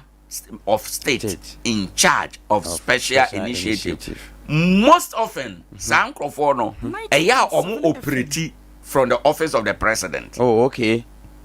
Sankrofo no mampani ho sankrofo no eya omo operate from the office of the president. If you say if you say omo no they become like I say omampani chiame. What I say they become like omampani chiame. Omampani be ye bibia or we sasha woman no. Or the fa woman so. Because all these special initiatives like how comes in there no. Dr. Baumia from what we are told and or conceive the idea say ye resource constituency bia with an ambulance nti ono as vice president no nanya ono na ese di animu gina mu so koye nti dey say ye handema the special initiative ministry no na omo again we are told said the dress na abano it is also still part of adrian onu nyaaye nyo onu na no obeye ena eno no ye de efa the Minister of Local Government and Rural Development and through common fund no ena omode ye inti no ono no obe play ni role no obe play no be major ni major be ye say e be kese if you say enema ebe ma NDC abodin no ebe fa no minister so ebe fa no e ho na ebe fa but honorable no pay ma congratulations na ye ba be di ho nkomo yo over time ason ye fast sports ye ba ye beto aso tu dwa no pay me de air to anim no wacheche mu se na no da bi no ho nenso na mi se omuma ne kwama ne ye na adwuma na bia sese no matimi ahu se wo ba obetimi ya adwuma no enso atimi ama na bro so anu nti eno makwa asan kofa na ba ne nsem o guest na hemfo e de tu dwa mere ho nsem no e de ma we ne enso e wo adwuma de ne so osan ko akupo ama ye administrator Owoahene football nim ono ene ye bankroller ene matema youth wadin kwana nim komodie no say unfinished business bi ho because o ma mo ye football no so no o ma say bibia from a club football national team infrastructure then also matimi ase into unfinished business there or wa eso ba no be offer say unfinished business is the football is not at the level that is expected. Okay, we need footballer up or down, women's football up or down, backers or down. So when all these features are down, when you feel people who have the capability to paint things around in the media, there are so many things to be able working here to change the fiscal structure of football in the country. But all these things are not in place, and we feel that if we have the opportunity, we'll be able to do better things for Ghana football. Unfinished business. Hello, and someone or say Kwakupama, I swear to me too, ja. I mean, say unfinished business be as or Bano to me because we share the right Ghanaian football and see call national team football, see at Zoom. Club football at Tonsum Bibia, and so entimi Quenty, so mo he no mo ba no be no ma ye na bibiano, and so etimi ko ye de ma ye free ho na ye din komo our club football na the club issues no ye entimi di hon komo na ye din komo dia ye starting from free kasi menge wono and ye head coach adema timu a ye friend nation service we din komo na nkomo dia we no e first rounder team e friend nation FC boy ye results omunya ye and say omo finish second with 32 points in Samoa openino kind no say and what church and Nizim. When we started, we were building a new team. We started the first 3 matches. That's why we were finding that. But apart from that, who matches are about 3. If we are the team that has scored the highest goal and the team that has considered fewer goals, I would say it's not bad. When we started, we were building a new team. We started the first 3 matches. That's why we were finding that. But apart from that, who matches are about 3. If we are the team that has scored the highest goal and the team that has considered fewer goals, I would say it's not bad. And Tiana some open the two just or share almost start name to a more break a because no more session no be a new team no monas no or much you are 3 patim no more answer to me at the amount to say no more session no man say no because it's not bad so maybe on the second position after the first rounder or more 32 points now utimi now as a body ube beefy up and somewhere kasi mengo and so didn't more elfa beefing up no see no cano. When you see the position there, if you need an experienced player, you will find one and replace it. But we search on young boys. You know, the player to develop them. So we are about take for young boys. I'm looking for one experienced player to complement the effort of some positioner. If you say we need a person, we don't go in for the big guy. If we are positioned, we have to need one experienced guy. Strengthening that department, so we go in for the young ones. That's our target. When you see the position there, if you know any somewhere Kasi Mengo, added two just one mono, a young colano or more pen to the same of your modano, or me pen colani biaba, no abe shemo knife, who experienced player bakwa, or this bit more complimenting and only at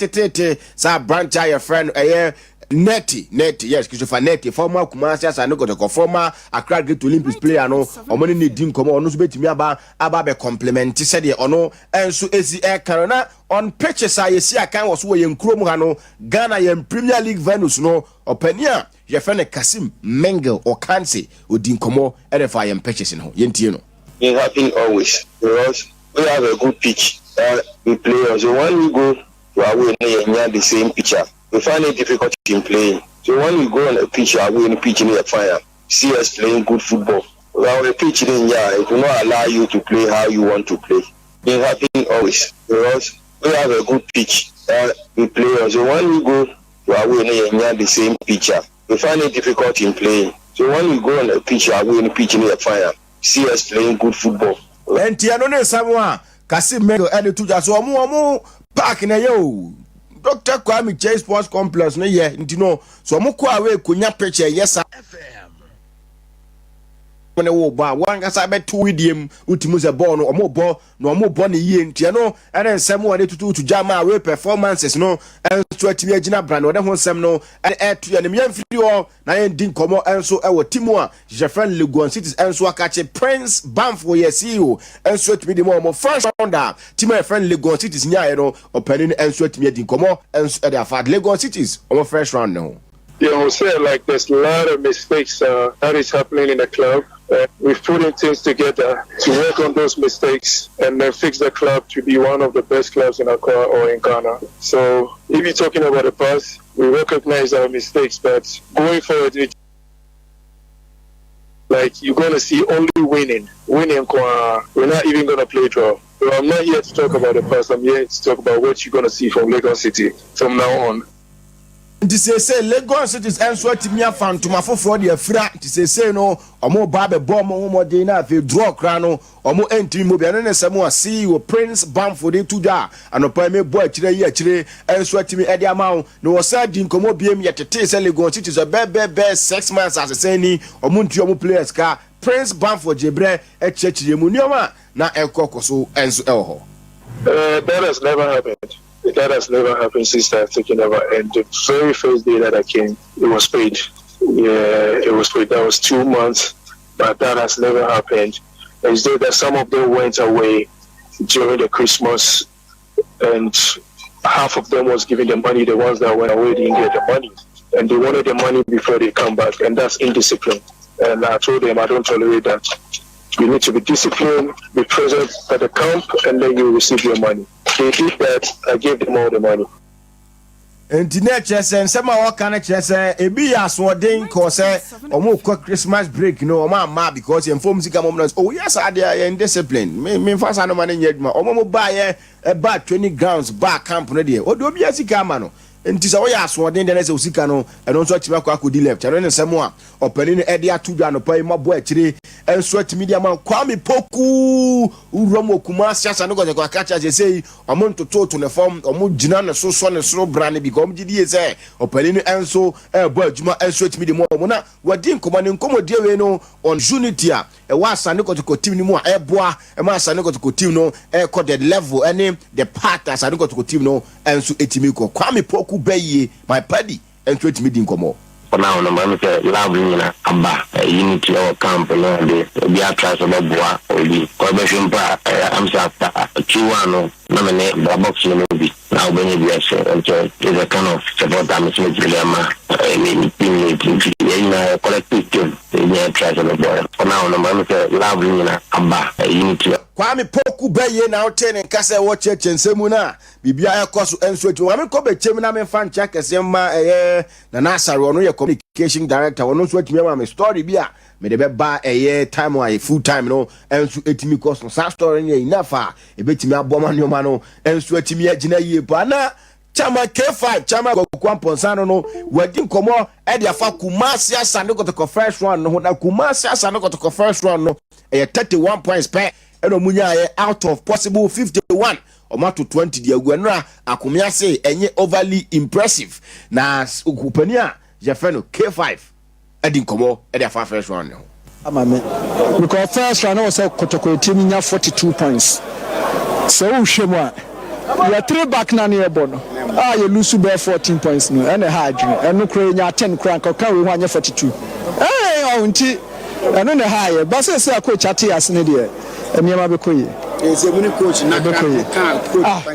Kroya na. Says you nya 31 points. Only 31 kra kan ho ase nya 62. Die ntine che sentimi nyele. Etie na ball no so efe. Unse ball bi o yakosha obi atu ka say go. Ani eche so coach. There's another coach ni bono ho made. Says we ya de yese enkoye ni e kan no atobu ase no wati say de pa ano ana someone Kwamponsano chama K5 and 2 ja ye na ho sem ade air2 ani mombo asaro 8 wi no se nyenyenyenyenyenye but we dey am say muda ha bibia ekoyi enso etimi ho na janto aso ne ani komo chama K5 din komo biem na o chem ze double ne de afi Kumasi sanu go to target no mo di double na se o mo kwa Africa o meko no wakọ akọbọ Africa ni ye chama K5 pay a double some GF ntina salade na ahye no me pay double o say so gini mi enu a no atras no atrusu de opese woko so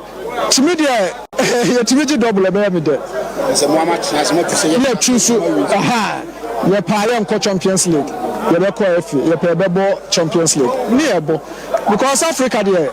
kotoko support is papa ko bi ache tie pese ko Africa na team no G Africa no ko me jima do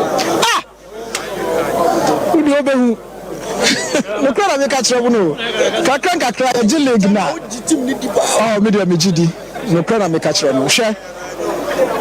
emre bi akotoko team no na ye fa 18 ni apam 20 ni ye pese etwem say players o mo we un say na anu ye mo ye for mo kra 2.5 years Uba half year we asaka 2 years. Ye mo atena mabo. Etinya dia ye pam players bebre kakra bi ne dia soso. We ye league wi a ye dia ba 4-5. Nye be ma be ka ho. Ne ye koye nim. Kotoko team be page na nsen ya o. Enche.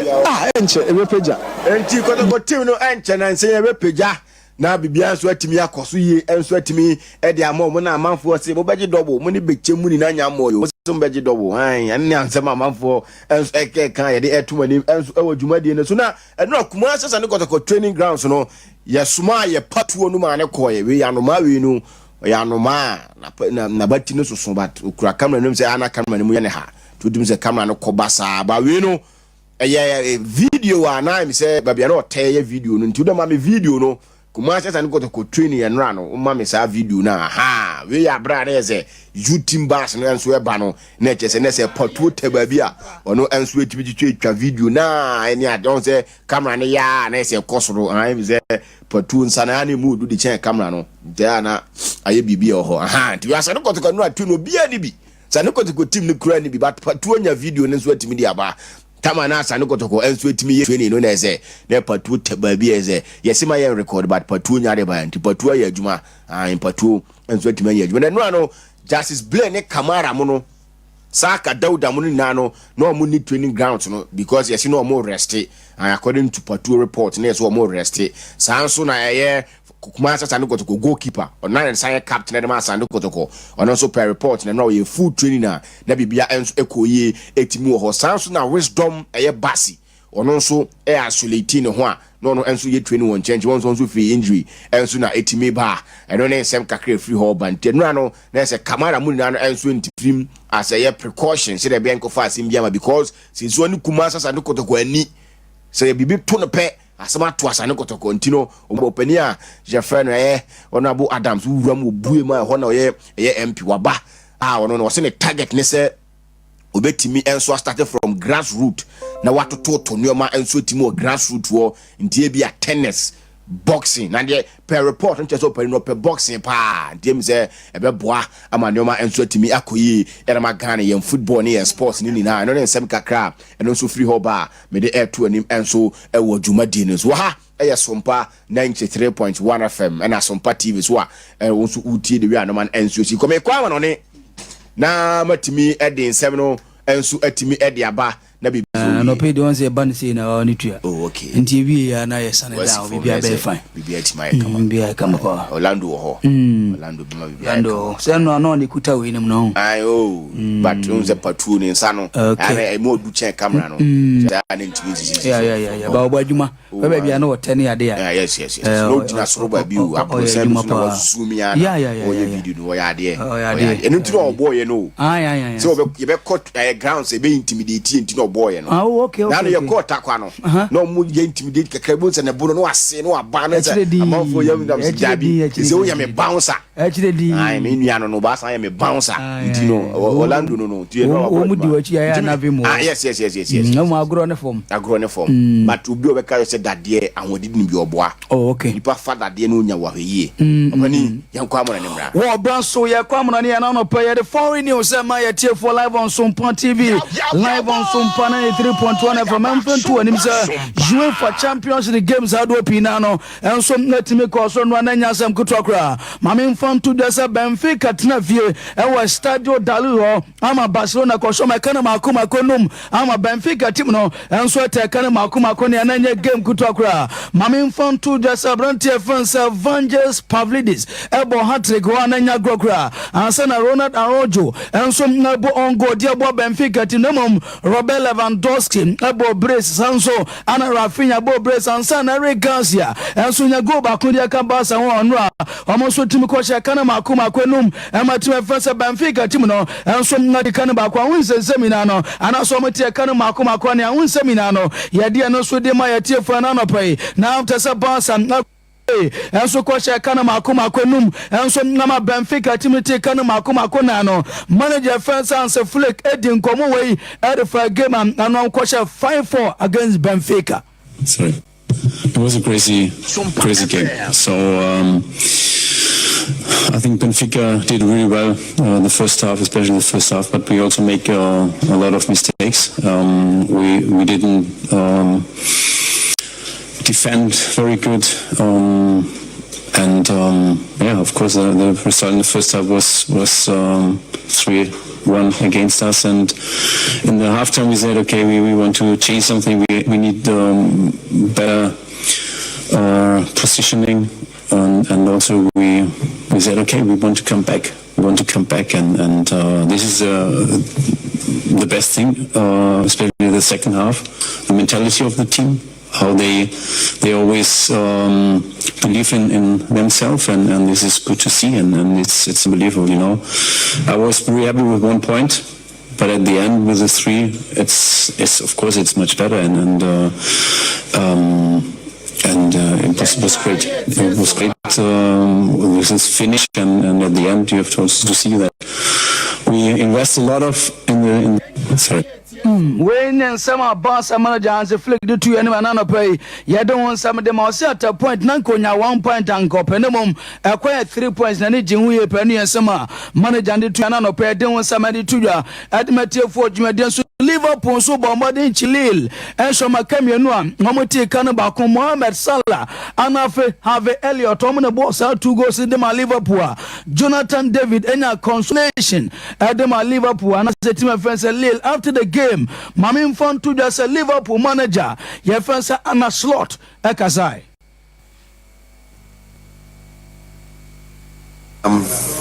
In Lisbon, because for the times I've worked in football, I saw 4 minutes of extra time, and then there was 3 minutes of time delaying, and then at 4 minutes the referee blew his whistle. But this referee kept on playing for a while, so maybe that was not in our advantage this time. But I like to see these things. For the rest, it doesn't tell me anything, because if in tennis you are number 1 seeded, you know it's always better to face the number 24 than to face the number 8 or the number 12, because this is a ranking that is done by others. But now we are in a new format where some teams are high in the league table because they had a lucky draw, or some teams are low because they had a very difficult draw. So it's far off to say that it's an advantage to be 1 or 2. We still don't know yet if that's an advantage or not. You might be lucky, you might be very unlucky, and ending up 8 can mean that you are maybe lucky. So for me, it doesn't tell me anything. What for me is the most important thing for tonight is that we've managed to skip around, and that with a compliment for the referee. When in some Liverpool and Sparta Praha,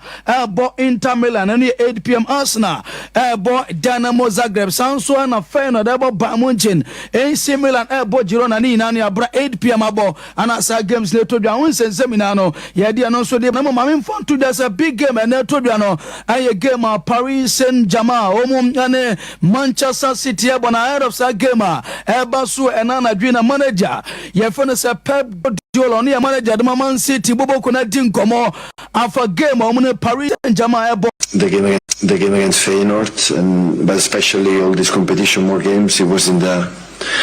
most difficult moment of the season for the problems everybody knows that we had, and we could not handle it. And of course we could not expect when we arrived to be in that position. We had to accept it. If at the end we don't qualify,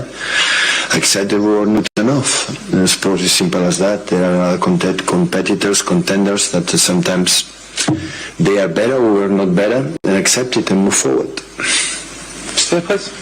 When in some Man City manager Pep Guardiola did to any man encore press conference national or the Ellen Haaland a corner and central for Busa. Ellen Haaland sent a contract. I was some bad 10 years contract, you know. A nipper ban or consort to Yabiano, and no ban or and son or Gia to my side 10 years contract at Manchester City. Ellen bought Haaland actually Musi. Said it before, I felt like I feel a bit like home, and of course I really meant it, and yeah, I feel like home. I feel so happy, my family is so happy, and I think in the end that's what I wanted, and yeah, I'm happy. 10 years sounds like a lot, most of your career. What sort of convinced you to sign on for that long? First of all, the feeling, as I said, and the people I spoke with, made me convinced that this is the right choice, the people around me. And yeah, in the end, when I spoke with people, we came to this, and it felt really good. Well, until we and some island brought Halandi to anima Hunsa, some yadi to Jadamatia for our Jumadian Swamin found two and himself Barca sporting director. A Dequamu German, Gomone Benfica Bueno, dear Banessa on the Marcus Radford representative Sequoia or Lesbono, Amadian second is a Sibuano Anya, Kaya said the Achila Barca team, some Sabi Bians, Sana Zebiomo Baba, Namadia, same stumbling block, Adiama, Abrante France, Radford moved to Barca and as Bonds a team percent Omuja players ni be kwan sana adesa omuso atimi ama boy no kwan amna be see academy Bonds a team na e de wonsam e to dwade matie for Jumaden so yefon to anim sa Leandro Garnacho so ya tesa Manchester United team na demand 75 million euros ansa na omuja bono mana kwesi akan Adamanda Poli ya tesa Chelsea team no so nyamo penamum 75 million euros no adesa Chelsea team na face asa boy no won deserve amount of money. They said the Abana say answer race on team first Napoli and they say omudi ntimaya and say some be omudi nkomoni yana say bibi asesa akoda na first Leandro Garnacho they say general transfer in the any beche team ya first Napoli un seminano ya dem anonsu de tujada for Jumade so Anthony Yamfan to say they move to Real Betis no on say a loan or kwakobo Yamfan to say the Abana say 15 na dey kwanubo no e beti so na actually Spain Chromo. Now there's an Americano and some Natima Cosudia Mensa can say I understand almost at the option to buy BSM 6-month loan no so or better than anything in Suno at Manchester Natibubo Konma and I'll pay this answer Nadi Tuja at the Matthew Ford Jumadino so Rafinha a player at the Mabans and one team winning game no and some Nadama Bans and Ocean found to this few words be at the Manema was a play be at the same name no at and some fatasa nema ebe tranche na onsia kanamum ojide pass ade aboy ne namu ahela team no anya de sam na so ani kra eba ne say ne physical condition no ebe team so na nema nte ojide pass o ne say ne mani mia say nema enso na team return ne mpono wo be sia kan in football ne yasema Rafinha de akotudwa anopede mamo enso no jumade no so yemfon to say oko Australian Open na onsa no Novak Djokovic enso no wo team so nani akwara friend no Carlos Alcaraz almost na this executive Australian Open semi-finals ono so nyatima urama enya gwa kwento ochina wan ene betim so akopia mo final ono na Alexander Zverev so open first Novak Djokovic de be fruma babia no ya de won sama de betudwa ade matefo adwumade senti e begina so na ya de amano ne sem na se bon 9:30 e beba nya de mo ade abramo Sompanie enyumunie, sompanie kasia bonie, sompanie osompapanie, sompanie radio nie. Yaba, sompa, sompa.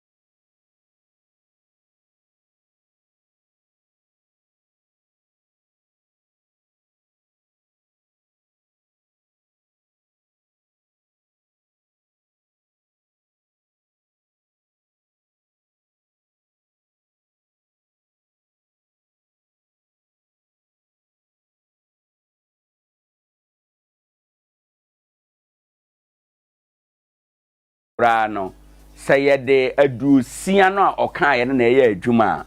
ye wodu nwotwe aka ye befa ana ye bebo wo mo nso enyina edin emanso ewomu na sadia constitution no kano emema ana emrashabadwafo adunu nan enso ewomu ebie ewo efise binumu wabo mu din so mo nye MPs nti wo mo ye MPs na ankasa no eye 24 ya ka kire say ye dwumade ewezu ye ni obi atem ye nkasa nti obi a ye ni adwemone nso wo program bi a ye eho ewo ha asemba no said ye citizen just fact no eno ena ye de emao eno nti ena abre bia nso eya na ye huredi nkan ewo afoforo no nyina eso of course ena ye wukuada na wotwe na pai mu ena ye January bosome opepon ne de so adadunu ena mienu ye nhase na ye ni enkomo no emfi aha enom se ye di nkomo no e de afiri ha na ye hyase sei Omampani John Dramani Mahama enora banade ya ena ode edin afoforo nipa edu enso edin eba abonten se parliament enhwe se wo mo sefata mrahye badwafo a omo sefata asoafo a yenye wo mo ntom na omo mra meye asoafo ewo na mamuo no emu na saa enipa du nso a eba ye no emum yensa eye mantam asoafo na yekeka ni nyina abomu a miensa no beka ho a afei de man onten se emrahye badwafo nhwe na yenye wo ntom ebinu ye ministers of state and ebinu ye regional minister enti regional ministers no na ka upper west bono and bono east upper west there no zone Charles Wanga ena yayi no oba bono no a Joseph Adea Akye Abia ena bono east Francis Owusu Antwi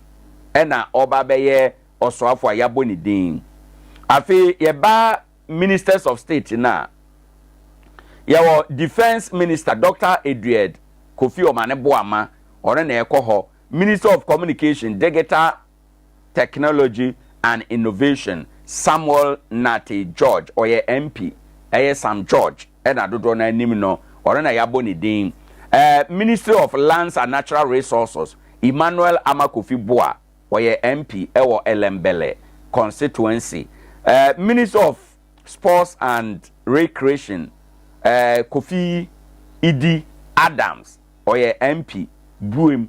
constituency afi minister of labor jobs and employment Rashid Pelpo ono ena yaboni do ye MP minister of health Kwabena Minta Kando ena yade amano ministry of environment science and technology yade enono ama Ibrahim Mutala oye MP ena minister of transport Joseph Bukari Nipe oye MP afi ministry of interior Muntaka Muhammad Mubarak oye MP Asawase minister of foreign affairs Samuel Okujeto Ablakwa oye MP minister of works housing and water resources Ajay Kenneth Gilbert ena diamano ena yawo minister of state in charge of special initiatives Emmanuel Kwajo Ejekum oye MP in Nkoranza South minister of state government communications Felix Kwachi Ufosu oye MP minister of state climate change and sustainability Isifo Sedu oye MP Felix Kwachi Ufosu ena nensa ehye kratas nti we ene nomination a etoso miensa enora ena eba abonten ewo ho a yede di nkomo afei Omampani Mahama yeguso a yeye campaign o hye Ghana for bo se oba na mamu no beye kete wese enye dudu urura the lean government ena ode ebeye adwuma na onumu ena o hye bo se ni ministers no anye aburu so okura ye adusia ena ode won beye adwuma enso sabre a ye kasai enkrofo CV ene application ko yenim ewo ho enom na sadia ye kan ensem no sa announcement a eba nora eno ebe kan ho a sadia ya kan no ministers a wabo mudin eye aduanan mienu bepem sabre anopei ministers aduanan mienu ena yabo wo mu edin na yenhwe deputy ministers enso ebepem sabre aye kase minister aduanan mienu a wabo mudin no omo obia deputy and ebepem sabre ye need deputy minister bia na yenim se ebia the 18 no aka no ebeye slot wa yebe reserve ama deputy ministers ana say ono so obechange the status quo on fa deputy ministers enya adwuma eno no yenim yeda so wa twene mu a ye twen nea ebesi say obefa deputy ministers ana say on fa deputy ministers 42 na wabo no ebia ni ho a wabo ne deputy into the 18 slot aka ebe mana ye 60 no deputies no be dominate ana ebe a new ministries a obebo ewo ho enom President Akufo-Addo ne second term regional ministers no wanfa deputies anya adwuma in the President Akufo-Addo second term every 2020 to 2024 na ye regional ministers but na ye need deputy regional ministers eno ye innovation or the by way of say or person or take ministers and so no. President Mahama man who 60, but for now no deputy. A bia deputy bia enyamaye. Yen share segregation of the list no yen titim na yen said ya etie. O share nipa duanan mienu a yabo mudin se omo meye aswafo na emunson ma na enson no so munum ma omosan ye mrasha bedwafo enti no 42 no 7 ma 7 no emunum MPs omasanya minister. Don't forget to say constitution can say was a president oyi ministers and dodo efiri parliament enti no say ma 7 na say 5 MPs chere say odi constitution no eso said their constitution no akan no afei ye hwe MPs no a 42 no mu emu 24 MPs members of parliament omanya ministers no into 183 NDC MPs no so far emu 24 and abo mu din say omoye ministers ewo the 3 batches of ministerial nominees no aba abonten eno ho asem no again said na me kire mu no it is a 1992 constitution and a kire say was say aban mampani bia obeba no we wo MPs dodo ede wo mu efiri parliament enti no MPs na yehu say dodo efiri parliament no a constitutional requirement amamuo hu mra no ena kire say saa na ewo say yeye no ewo ho enom afei yenhwe ministries no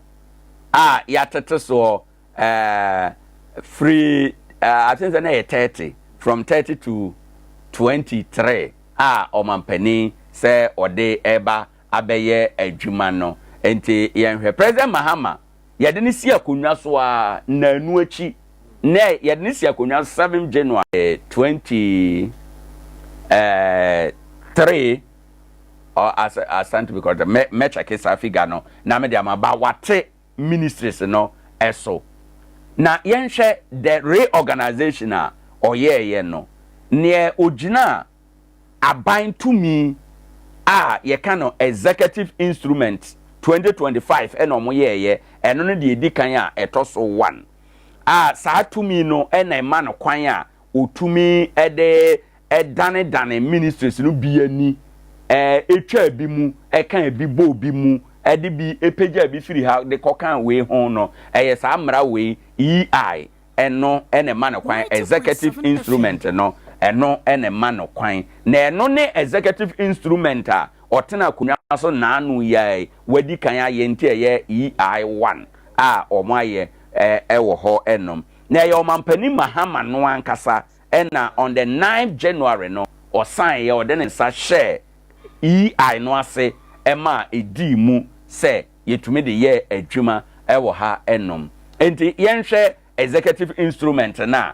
ye ka ho asem no enti EI no a ye ka ho asem no enie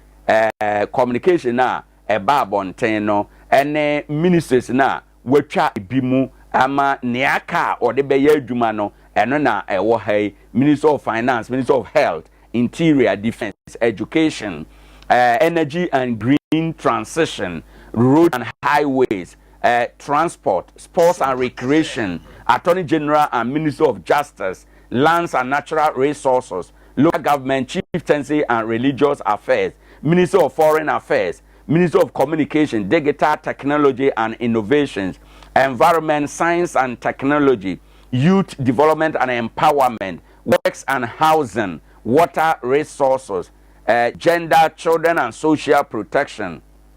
Tourism, Culture, Creative Art, Labor, Jobs and Employment, Food and Agriculture, Fisheries and Aquaculture, and Trade, Agri-Business and Industry. I think Oshe list there why your company looks like wayini na ministers wahano we are to forcing kwabena minta kando muntaka Mubarak omane boama Haruna Idrusu John Jinapo right ebinum de na Kofi Adams Sports and Recreation Dominic Ayine Lands and Natural Resources. Just I say almost say some ministers we also the be adwuma there or say wayi warm na said I can no the executive instrument we enema ye twa ministers no bi mu na ye yi bi no si ho say we na ye de be ye adwuma ewo ho enom enti ne nkyeremu eno no na amamuo nhyehyeye kwan say wo ye amamuo na ye wo mra ewo na kwan ene ye wone ntoto ya ewo se wode efa so na omampani ye ni nyina no new responsibilities are say ode ama enipa bi no o say o hwekrata ba abonten nora bana no a omampani ama nipa bi no adwumadie sononko bi se wo de new responsibilities are ode wo mo no wayi wo mo aba beka ministers no eho na saafo no na dwumadie on bedine ye special initiative ena afi government communications ene climate change and sustainability na ye ko yanim no ye be kire emu enti no special initiative na aine enti we ye asade fofora ode aba amanipa binom se omonye enti ye duru ba bia na ye ka minister of state na ye be kire ni enti a eye asade new responsibility a ode amomo because we mu be anye part of the ministries na I no can say or the be ye adwuma no aha enunti na ye hunu ne say eye special responsibilities a ye de ama enipa binom no enti saa for no eye den wo mo no ye frɛ mo ministers of state omo ye miensa omo na beda saa special initiatives na no wo hwɛ krata ba abonten enra a omampani de ne sa hwɛ ase a Nkoranza mra shebedwani Emmanuel Kwadwo Ajekum ono na say yayi ni say Minister of State in charge of special initiative sa special initiative na ye kan wasem no ono na omampani amana sudie say obeye oman no so afo a obehwe dwumadie sononko eso ni dwumadie eno no afei ye wo Felix Kwachi Ofosu ono ye MP na ono nso no ya manu dwumadie sononko se ono obebo aban nyuma ho dawuro enti ono ne de eno no ena owura Isifu Seidu ono so ye mnahye bedwani ono so na yama no asudi na asade se eba no ewiem nsakira ya ede insunsanso bone eba ene kwan a yebefa so adane dane ewiemu ama ene pa ebenya firim no aka ho afebo no a ono nso no ono ena obehwe saa dwumadie no so ede ama omampani enti no the 3 ministers of state enora krata babonten omampani abo wo mudin no enie nana amanfo ebisa se why na ye minister why na ye minister of state enti yeni kanhwe minister no na yate ase ye hunu minister no a ye bete ase nia o ye minister of state ensonsono ye wom even do omo nyina di no minister wom but ensonsono ye ewo obi adwumadie emu ye ka se obi ye minister o ya manyonia oda asoye ano na ono no otumi tintim emra otumi tintim amamuo nhyehyeye emma yede ye adwuma osan minister ye soafo a oda asoye ano na otumi ne asoafo nkaye kambom eye adwuma emma ne yeye ono saa nipa no ene ye frɛ ne sɛ oye minister sɛ wokɔ aman ahodo bi eso a obi a oye minister no otumi eba beye prime minister oko UK ansa na betima ye prime minister no ezasa wo ye wo ye anase wo ho no omo a ye frɛ wo mo Ghana ye frɛ wo mo minister no oko other jurisdiction a ye frɛ wo mo prime minister baabi ye frɛ wo mo chancellor ene other abodin a baabi ye frɛ wo mo premier sene ye frɛ wo mo minister wo Ghana ha no a saa na ho no de no etie ye frɛ bi chancellor basically Germany for pan use omo chancellor bi omo nya no chancellor Angela Merkel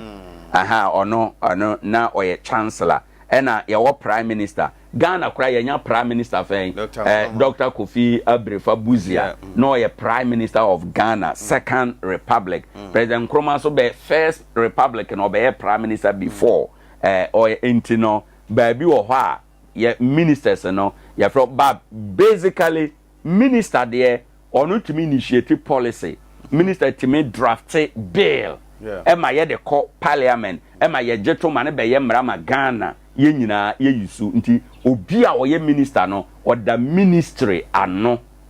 a ono no ohwe edi dwuma ewo ho enom ye hunu eno no ye nhwe minister of state baabi a ana dibiana yede ama yewura kwadwo ajekom no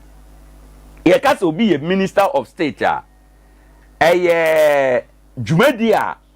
ye okọ aman ahodo bi so a obi a wo sede a osi ekire ne die emu ewo ho enom na okọ baabi te se United Kingdom a Ghana ya mamuomu yesua ne ma bebre efiri wo mo ho a ye kasa obi ye minister of state a na che say oye junior rank subordinate to the ministers of high rank ne kire ne say so obi ye minister of state a ministry of education a ye wo a minister ankasa e wo ho no sa minister of education for example in this case now Haruna Idrisu because no parliament agenda tom say Haruna Idrisu as a minister or person or di dwuma bi ewo education emu a obetime de saa dwuma no ahye minister of state nsa say ya dwuma we mayen nti na kwa mbi so no mampani nya mo deputies di ne betime aba say deputies adwuma no be ya na there be say wa mo deputies din a ye need deputies ndi ye nye deputies adwuma minister of state no ejina subordinate no so no I say subordinate na I say we ye adwuma she obi ase what I say in this case no minister bi a o wa adwuma bi o person minister of state ye man obetima ma wa ya ama no what I say obetima ma wa ya ama no inti Ghana ana say UK Ghana for yesua omo parliament and omo politics be the baye de mu no ye kasa obi ye minister of state a junior rank oni on sheda ni ministry on to mean drafted bill and fan call parliament just like education minister health minister obetuma draft bill the akọ parliament no but ombetumi draft bill am o de akomama mpani ye betuma draft bill am ono de aye adwuma but ono ntumi draft bill on his own because oni ministry okay oni ministry as in say Minister of Education office the ebema ni bi obetena mo obeye adwuma but oni ministry say me Minister of Special Initiative me de ye ma draft bill me de call parliament na makujina bill na makujina parliament ma introduce bill no na fe ye de afa parliamentary procedure mu ye fa parliamentary procedure ni nyina kosi awie ya ye na ye pass ya o mampani san ya abeye mra a dabi ye kan sama obetindo nsa se obu aka se mabreso as minister na medem mra we ba ye no Minister of State intimi nyesa sanete wonti President Kufuado de no ebra ode ante hawakumsen ebeye Minister of Minister edema special initiative no on the na de no a whole ministry na mecho ne de no mo ye ministry ankasa ba we no ne special initiative no we ne special initiative or say ya more responsibilities adwuma nti wa say ye bo e de hyamu nsa monye nkoye je kwambi so no je koye I say mampani messenger well for ube I say ye de hyamu nsam say je na fa koye wan kasa no uni ayibia te say de ameka ye no untumi draft bill untumi initiate policy bia ba policy a other ministers na initiate no je koye je lorry fair na je we koye I say bia e ba say still na ho bibi wo we are not saying that bibi any ho bibi wo ho pa ovanya sa na ye kan we are explaining because na manfo ebisa say minister and a whining minister of state and na ye for purposes of education Nigeria for say e wo state aine nti ho no wo ka minister of state ni ba bia okọ but ye ha no ye nsheda ne aine nti no ye wo minister and ye wo minister of state nti ye nko ye chi na hwe aha krata e ba bontene de o mampani e kan ye e wo ho right. Yen hwe dia okaye ewo ha. Live for YouTube and so Sompa TV. New responsibilities. Oh, okay. Say omo ye substantive ministers are omo be head a minister. Nka ye nka say omo ade omo be ye responsibilities. Ka ye beka say bi o ye sector minister. Okay. Te say bi o ye minister for finance, minister for education, minister for health ka ye beka ne sa enti minister we no omo ye special omo be di dwuma die sononko like climate change and sustainability ministry be na this ministry be ya ne sa o Ghana ha what I say climate change no ye call agriculture ebi be wo ho what I say ye call agriculture climate change in some ebe wo ho nom ye ba environment climate change in some be wo ho ye ba health climate change in some ebe wo ho enti se ko ba se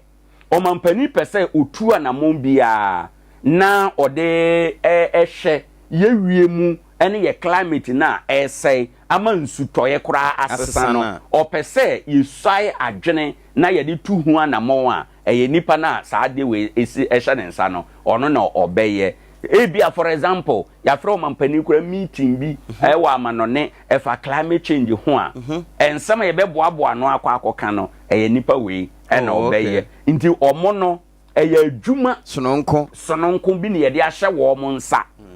te say anopa na ye off air na obisa say te say ye wuraje kum die special initiative 24-hour economy a special initiative what I say a special initiative enya de bi e wo ho dada enye status quo a special initiative enti no e wo say be ya ehun adwuma ye betumi akonkan no e wo say ye no obi di shenensa obetumi aye even though omobo owura gusita no din say ona ye coordinator but to make it to give it life no was say ye ma obi ye in charge intino and we say ye betimi the aba abeshe special initiative mu ene ada nyuma adwen a ewo wo manifesto mu a o ma yes o mo de be ye adwuma no ba ye de ne ye kan wo ha basically bottom line ye kan and say these are not ministries because Felix Kwachi Fosu de no Minister of State in charge of government communications. Minister Benedesa. Minister Bianesa. Into onye a sector minister. Yeah. On to me drafted bill biase made the bill ko parliament. I'm a parliament a deliberate ya consider ya approve na ya be man presidential assent amana ba be ye mra bibia omunu ni sa responsibilities no enti no omono na de jekoye. Okay. Na ye de amom na omakwanti the difference between minister and minister of state no eno ena ya kiremu ewo ye adesua mu ene anopay na ye nkan ne say ebi ana say ebi bu ebi animtia nyesa na ye kan ye de said I know say over dictionaries say na o type a ubehunu the same meaning ye de esua ade ewo ehai eno no afi ye nto so na ofa ye nko ye nim ye to so na yakọ ye nim no ye nche ministries ne bia o mampani kan say watwitwa mu no President Mahama ne obaye ne nhwehwe ye ode baye for ministries no o kan say information ministry watwam every ho enye aduma into information no watwam public enterprises ministry no watwam afi national security watwam parliamentary affairs watwam onse na oseche mensa bunsu minister no ohwe parliamentary affairs so no say NDC for by no aine say yetwam railway development yetwam ewo ho enom afi sanitation ene water resource eno so wo mu atwam afri ho chieftaincy ene religious affairs eno ena say yayi e de akwakokan local government ehun enti the abolish and realignment o maye no ebi eno no ewo eho enom afei enura enkomo ayedi nyina enura edin ombobo ye na eba abonten no eno ena ye hwe already yedi kan abobo o mane bo ama eco defense Samson na Sam George Eco Communication, Digital Technology and Innovation, Hona Okro, Emmanuel Amakofi Boa, Oko Lands and Natural Resources, Afe Kofi Idi Adams Eco Sports and Recreation, and Abdul Rashid Perpu Eco Labor, Jobs and Employment, Kwabena Minta Kando Eco Health, Ewoho, Ibrahim Mutala Muhammad, Oko Environment, Science and Technology. Yentoa so third batch no third batch of wa yabo omudin na ombesha se akọ veteran efri enemu koya Joseph Bukari nipe ona eko transport ni nipe okay aine Muntala Muhammad Mubarak oko interior aswanse MP Samuel Okujato Ablakwa oko foreign affairs no achie no J Kenneth Gilbert works housing and water resources ono so ekọ ho enom Emmanuel Kwadwo Ajekum said yedi kan aka no ono de ne ye Minister of State in charge of special initiative sanso na Felix Kwachi Fosu Minister of State in charge of government communications na ye wo Isifu Sedu MP Minister of State climate change and sustainability ono so ne de no third batch no emu nsem enie yenhwe second batch for no but fortunately and interesting no first and second batch nominees ni na ministers no mako veteran ewo first and second batch no nyina enra parliament approve omo enje so omo nye nominees be so omo ye ministers the aka so mampani de omo office of instrument sa ade bi na to bi na I said Ghana flag e twa ho ahia no ya de be mo omo ene na ye the office no office to me ya de no maudi a na adimu aha afide na mpani photo account na no man pani atwa photo eno saa mere no obeka ya 2017 saa mere na omo kushi o man pani wo Jubilee House na jiska no dabi na Dr. Baumia obodin Professor George Ambafo Anthony Akoto Yao Osafo Mafo what a solid team Samre no eno ka sa asem no da na yede saa de no ma wo mo no ena oka saa asem no enti eno ye second batch no nso Kwame Govins Agboja roads and highways ono enora ya approve into a minister Eric Opoku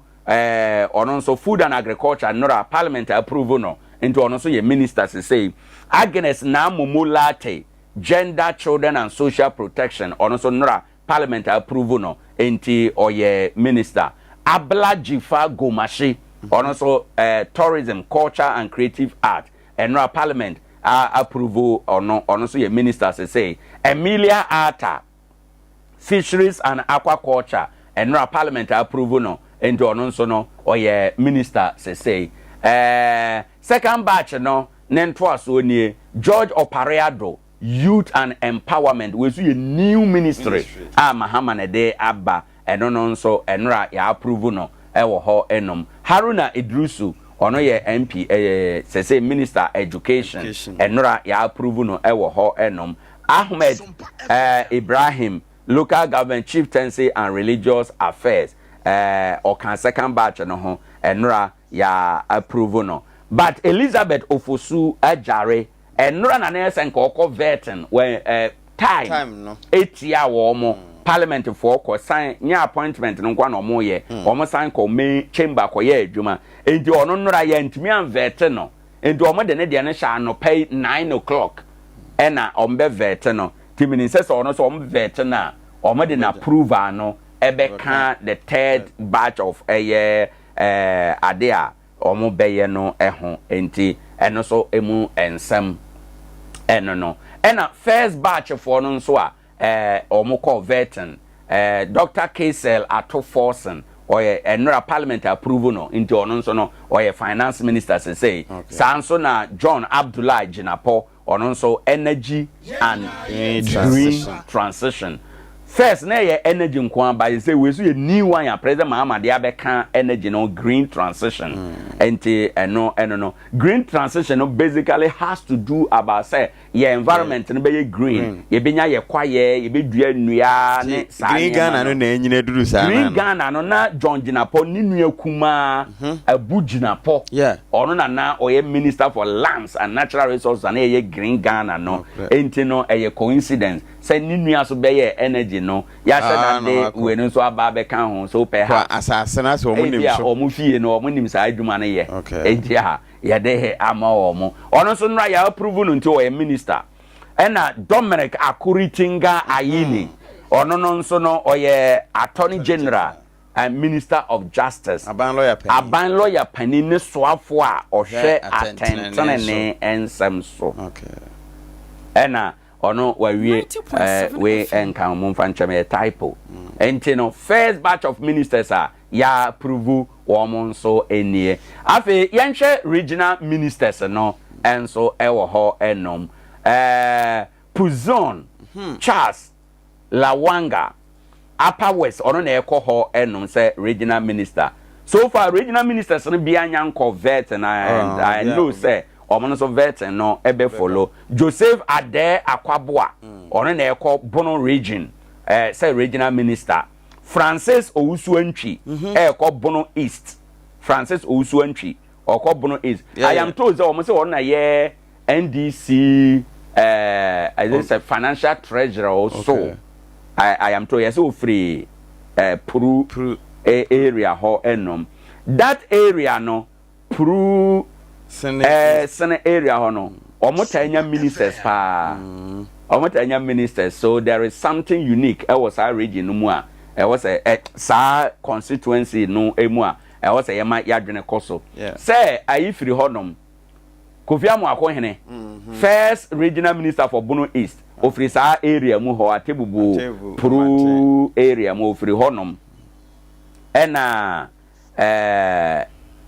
ni ayabo ni din yaso ono nso efiri ho Kwabena Donko Dr. Kwabena Donko ono nso free area mu ho enom ti omutanya ministers and there is something good ewo area mu ho a omonyere omo eho enti eno ne de no ena Wilbert Petty Brentum ono na ekọ Western North ewo ho ena Eduamoa eko Penny Ochre edin we de wote kora woni se a central region wote eko wote Penny woni se central region ewo eho enom regional ministers no ento aso enie na ohwa Joseph Nelson ono na eko Western region ena Ali Adolf John eko Northern region afi John Kwajo Japan eko Oti region James Gunu eko Volta region ena Mrs. Rita Akosua Aje Awate Eastern region ena ono nso ekro nenkaye enie regional ministers no Ibrahim Tia eko North East ena Dr. Frank Amwakohene oko Asante region ako ye popular wa Asante region say wa share adwuma oye popular wa Asante region brutal ena oye medical doctor oye medical doctor by profession ena Akamugri Donatus Atanga eko Upper East ena Charity Gardener eko Ahafo sanso ena Salisu B Awuribe oko Savannah region ena Lenda Okro eko Greater Accra ewo ho enom into regional ministers no enie by enter the plus and the minuses ministers no yade bia kan bi ho ebi won so yate bi afiri ho into ye hwe the plus and the minuses ewo ho enom o represent ma de na mamuo nso hye ya wo de eba ministry foforo kora na ebi ni ho a ye de aba Ministry for Youth Development and Empowerment brand new tier rubber such enye minister na ewo dada na ohwemu a okoyi youth no e free sports no emu okoyi youth no na e free sports mu na wa ma youth no nko a